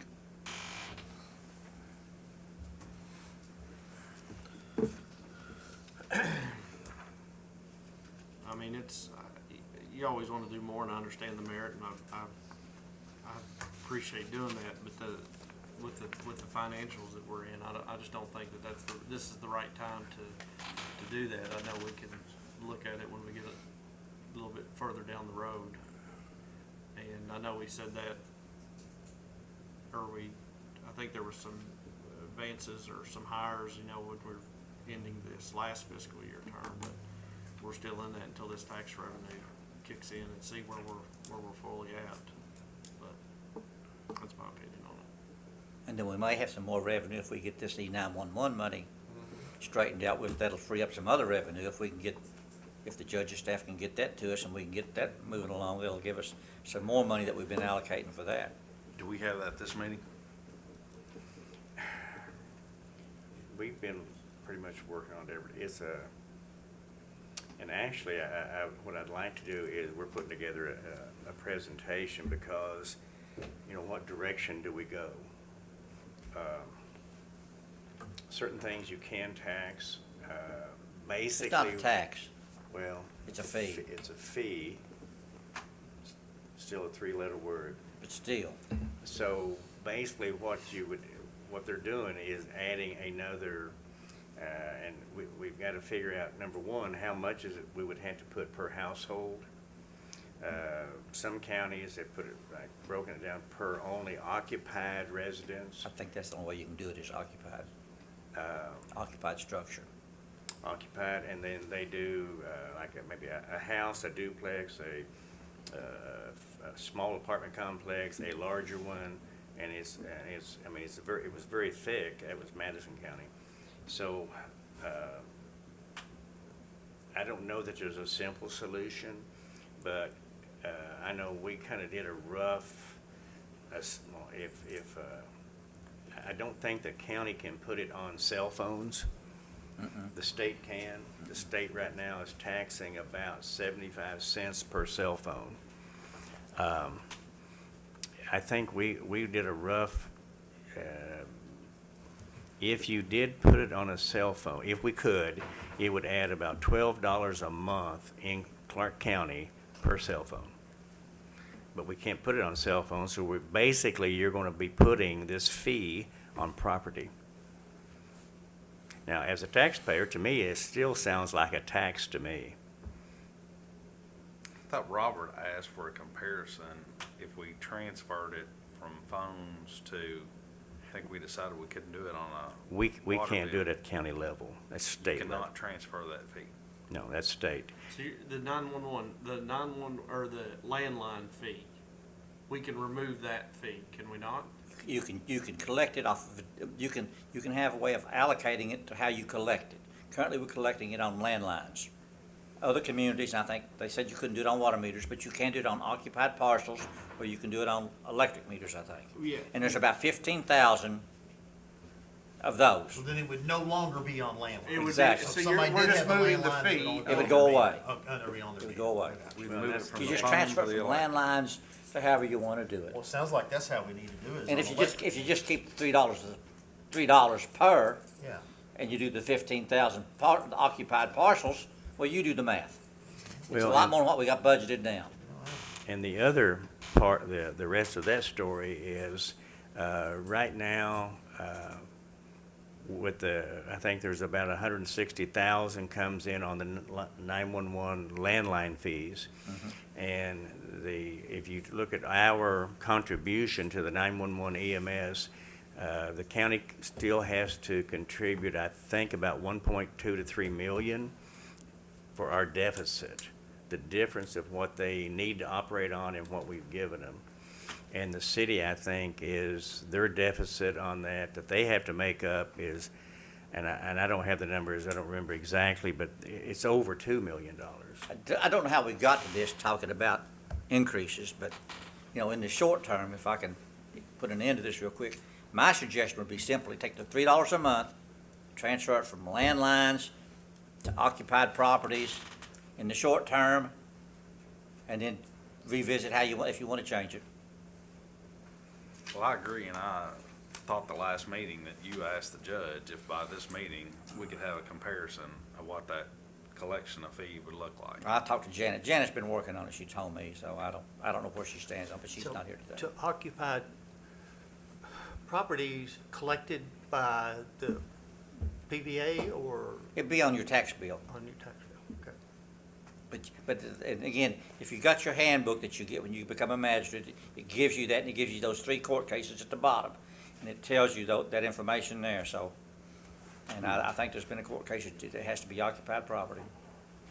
So it means it's got a building on it, which means it's probably got electric, or you could do electric would be different, because you could collect that quicker than you could property taxes, which is once a year. So you may want to do electric meters, because, My preference would be the electric. Mine would be the electric Mine would be meters. the electric meters, and Yeah. we have a county attorney. I don't know why we keep avoiding going to him and asking him for his opinion, but maybe by the next meeting, maybe we could get an opinion from the attorney as to know exactly what we can do and what we can't do legally. Well, we need to get back to this. Okay, back on item 16C, approval merit increases, I guess, at both road department, and I thought he was going to be here to discuss that, but, and also 16D is the merit increases for the fire department. Well, does he have this, I assume, these road department, does he have that in his budget? Obviously, that's separate and apart from, well, you can't do one, not the other. no, I know, but I'm just, I'm gonna ask that for both of them if they're in there. Is the fire stuff in your budget? Yes, sir, it is. If you would like, sir, I'll just hand these so y'all can pass it out, just so you see it exact total on what the rates would be. The average is out to 36 cents per minute, sir. We got that in our packet. Yeah. 36. Well, I make a motion to approve, both the merit increases for the road department and the fire department, items 16C and D. I'll second.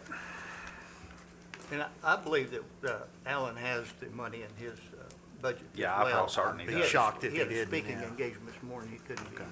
So we have motion and second to approve items 16C and D, merit increases for the Clark County Road Department and for the Clark County Fire Department.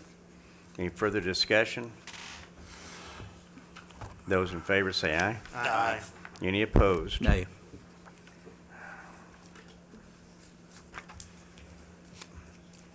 I'm gonna vote no, only that I don't understand, back to Magistrate Constantopoulos's comments. Are we merging 2 systems back together, or this was, I'm sure before me, did you have one system that we voted to use and now we're going back and combining 2? I just need a little time to look into that. I mean, this is it's such a tough situation here, Judge, because ultimately, and I mean, you put this on the agenda and you had it just in the notes and the minutes to give it to everybody. So it puts on that everybody's comes in that they're gonna be getting this already from the very beginning, the way that this was put on the agenda. I mean, ultimately, if you don't want this stuff to be on the agenda, or you don't think that it's wise, then you don't need to be putting it on the agenda. I mean, that's your discretion as the judge. So, I mean, it really puts puts all of us in a bad situation in regards to this whole deal. And it puts the employees in a bad situation. Well, we just try to do that. You know, a lot of times, if the department heads, you know, they've done the work, they've done their due diligence, and they're asking for something to be on the agenda, that's all I'm trying to do, is to help them get before you. But, yeah, Judge, but I mean, ultimately, you're the CEO. If you don't think it's wise to be, that this situation like this is, well, I'm just not gonna go there. Okay, It's just a bad situation, and I apologize for the whole deal. okay, that motion passes. Okay, item 17A is court order approving the hiring of Brendan Allen, Clark County Fire Department. Motion to approve. Second. Have a motion and a second, any discussion?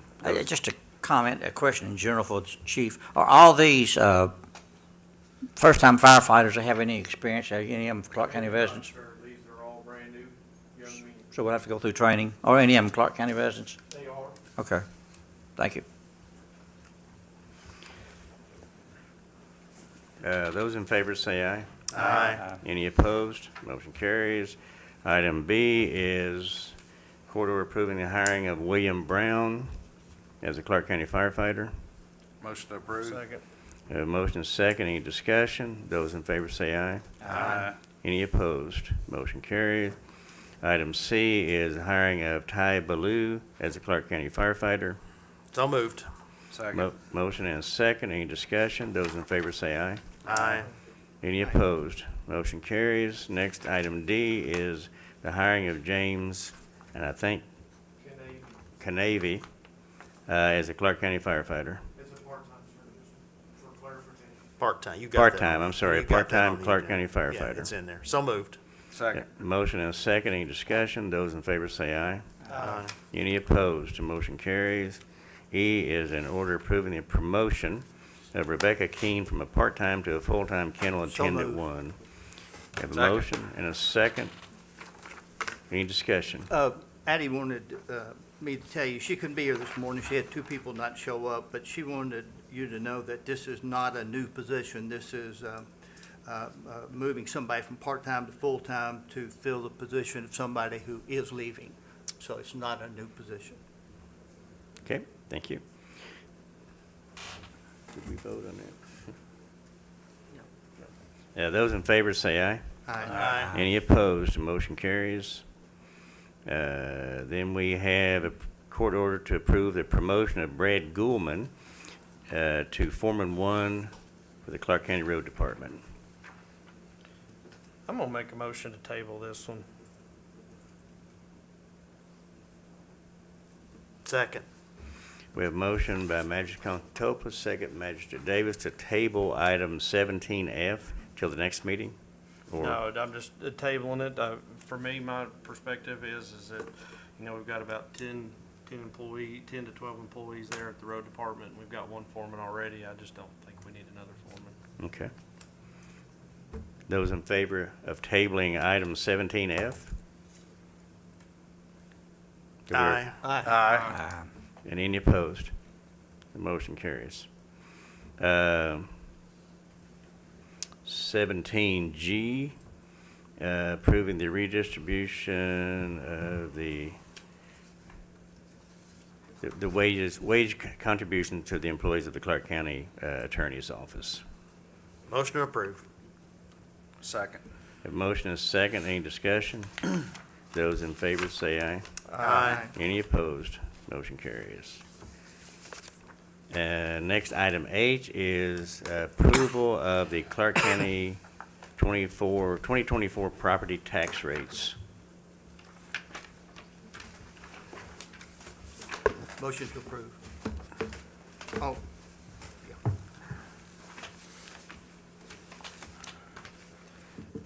What we did last year, the tangibles was 10.9%, the watercraft motor vehicles was 10.5%, and the compensating rate last year on property was 8%, and it's the same this year, it's at 8%.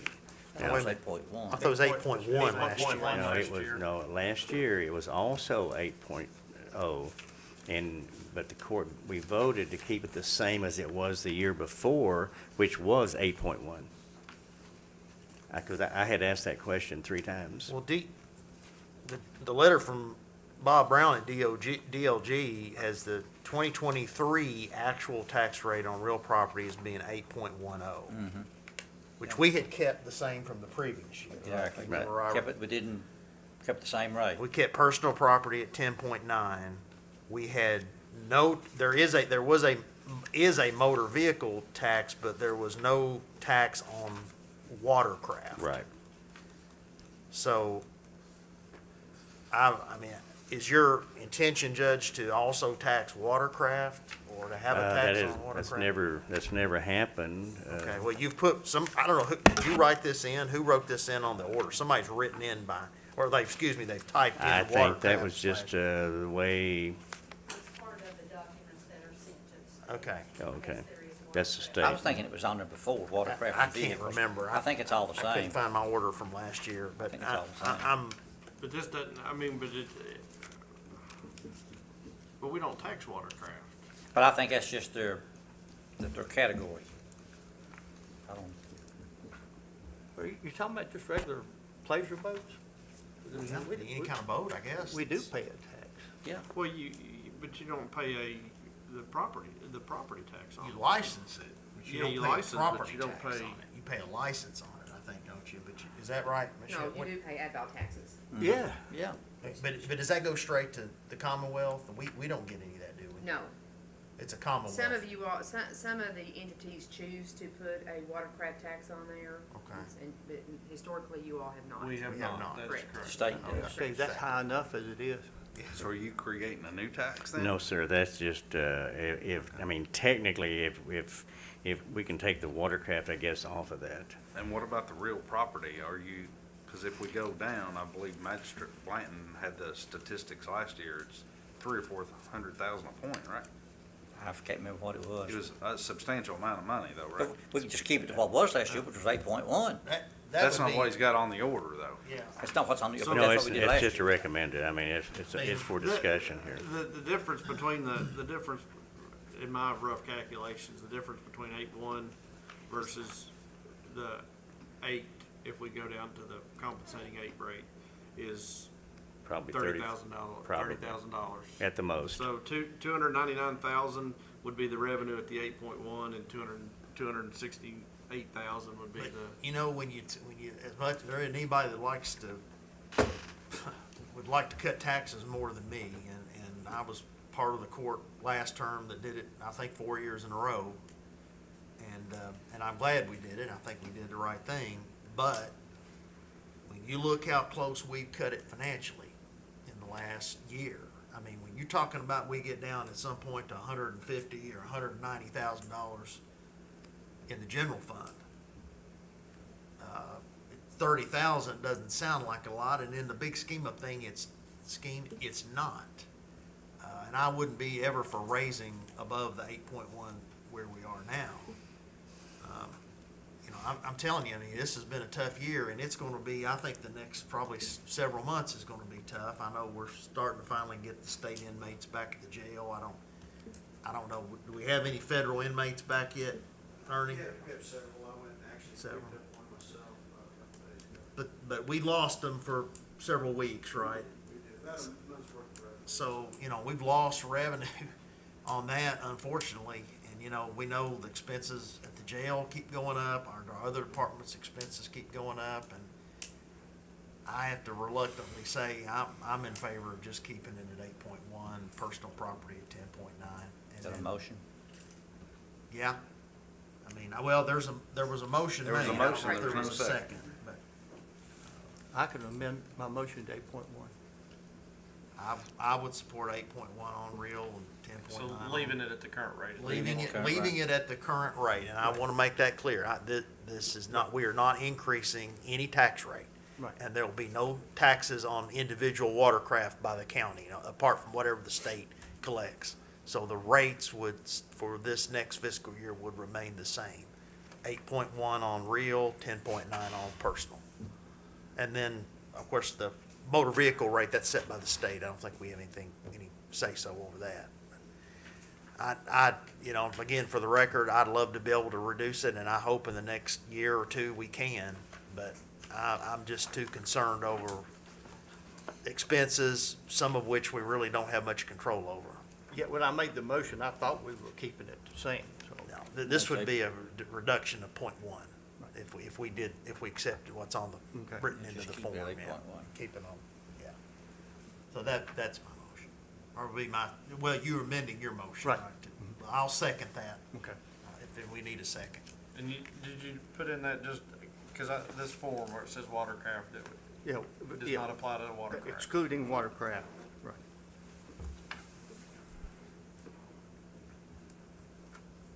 Any further discussion? Those in favor say aye. Aye. Any opposed?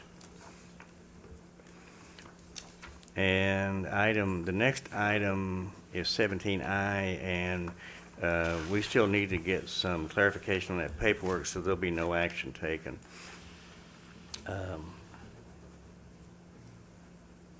That's on the emergency elevator? Yes, sir. Okay, What it thank you. is, it's a contract. We have to get telephones in the elevators that work. Gotcha. And it's been difficult trying to find companies that will basically service those phones in the elevators. So we've got that, we just need to get the county attorney to review it. We should have it by next meeting. So, 17J, I guess acceptance of illegal compost cost reimbursement grant, and authorize me to sign it.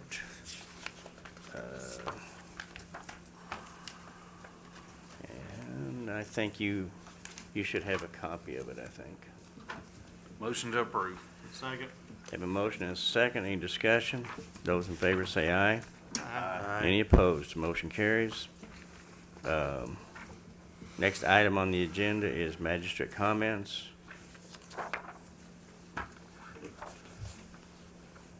I don't have anything.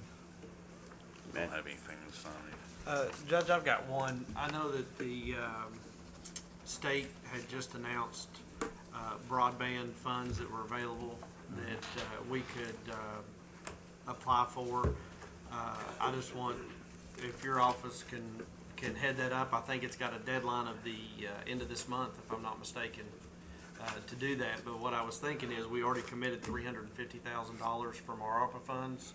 But if we could apply for that $350,000 from that grant fund to complete our internet project, that would free up the $350,000 in our ARPA funds. So if we could have, I don't know if we need a motion to authorize you to apply for those funds. I saw it, there's an online, I think it's like broadbandkentucky.gov, that. I think is what it is. And there's an application process that has to be done online by the county. Yeah, I was hoping we hadn't missed out on that. No, I think the deadline though is the end of this, it just was released. I think it had a very short window. very It was short a very window. short window, but I just saw that We announcement. need to get after that. So do we ask for a certain amount or just what they'll give us? Well, I mean, our $350,000 was our contracted amount. Am I correct on that, Magistrate Blanton? Okay. I can't remember, it's just close to that. It was Yes, three. That's right. Yeah. So if we could apply for that $350,000 and have an update for us next week at Okay. our meeting, on Okay. that. But that way it would preserve, it would open up another $350,000 of ARPA funds. Okay. And if you need any information as far as the project, reach out to me and I'll provide you everything that I've got. Okay. Magistrate Davis.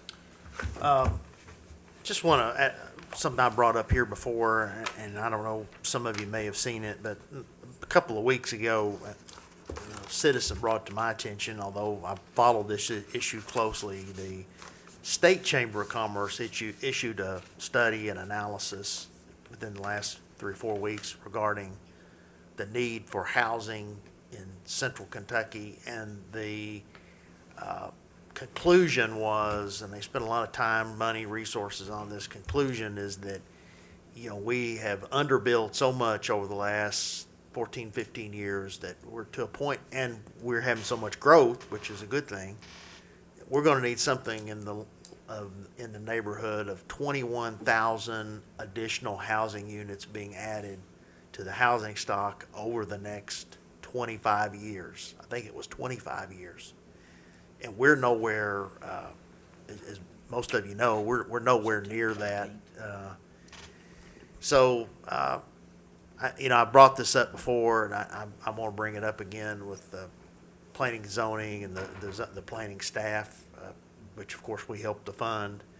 But I really would like to see some really thought given over the next year or so to what we can do to help stimulate that. You know, we hear a lot of talk about, well, need infill development. You know, nobody really considers what needs to be done to actually make infill development work. And I'm for that, and you're seeing a lot of that in places like Fayette County, Lexington, and larger cities. And we could have some of that here, and we could have some more, you know, kind of aggressive policies toward growth, because I always hesitate to use the word crisis. But I will say this, I mean, I think that the housing situation and cost of housing for people really has gotten to a crisis point, including in Kentucky in this part of the state, because we have had growth and we've had economic activity, you know, and that's always a great thing, but you got to house these people, you know, that are going to work in your factories and your restaurants and your warehouses and all that. And, you know, they can't all afford $400,000 and $500,000 and $600,000 homes. So, just a thought, and I again, I hope over the next several months and next year or so, we can start looking at that, and maybe with Planning and Zoning Commission, taking some suggestions about how we can address that as a community. So that's all I had, Judge. Magistrate Blanton. Just, there was 110 new residences constructed in Clark County last year, $29.6 million, just for you. I don't have anything else. If I may, I'd like to add to what he said, that they just had on Kentucky Tonight, they just had a real good program dealing with that. And one of the issues they found is that, like starter homes around $200,000, builders said they can't build that and make any money off of it. And that's why they're building the $500,000 homes and large lots and everything, which is, you know, not a good use of resources and space. But it's a complex problem. It's really serious. But yeah, they said they can't make money at building $200,000 homes. And that's why a lot of people will be pushed into multifamily. Yeah, exactly. Pushed into duplexes, apartments, fourplexes, townhouses. Okay, next item on the agenda is we are going to adjourn to closed session. Is there a motion? So moved. A motion and a second. Any discussion? Those in favor say aye. Aye. We are going into litigation.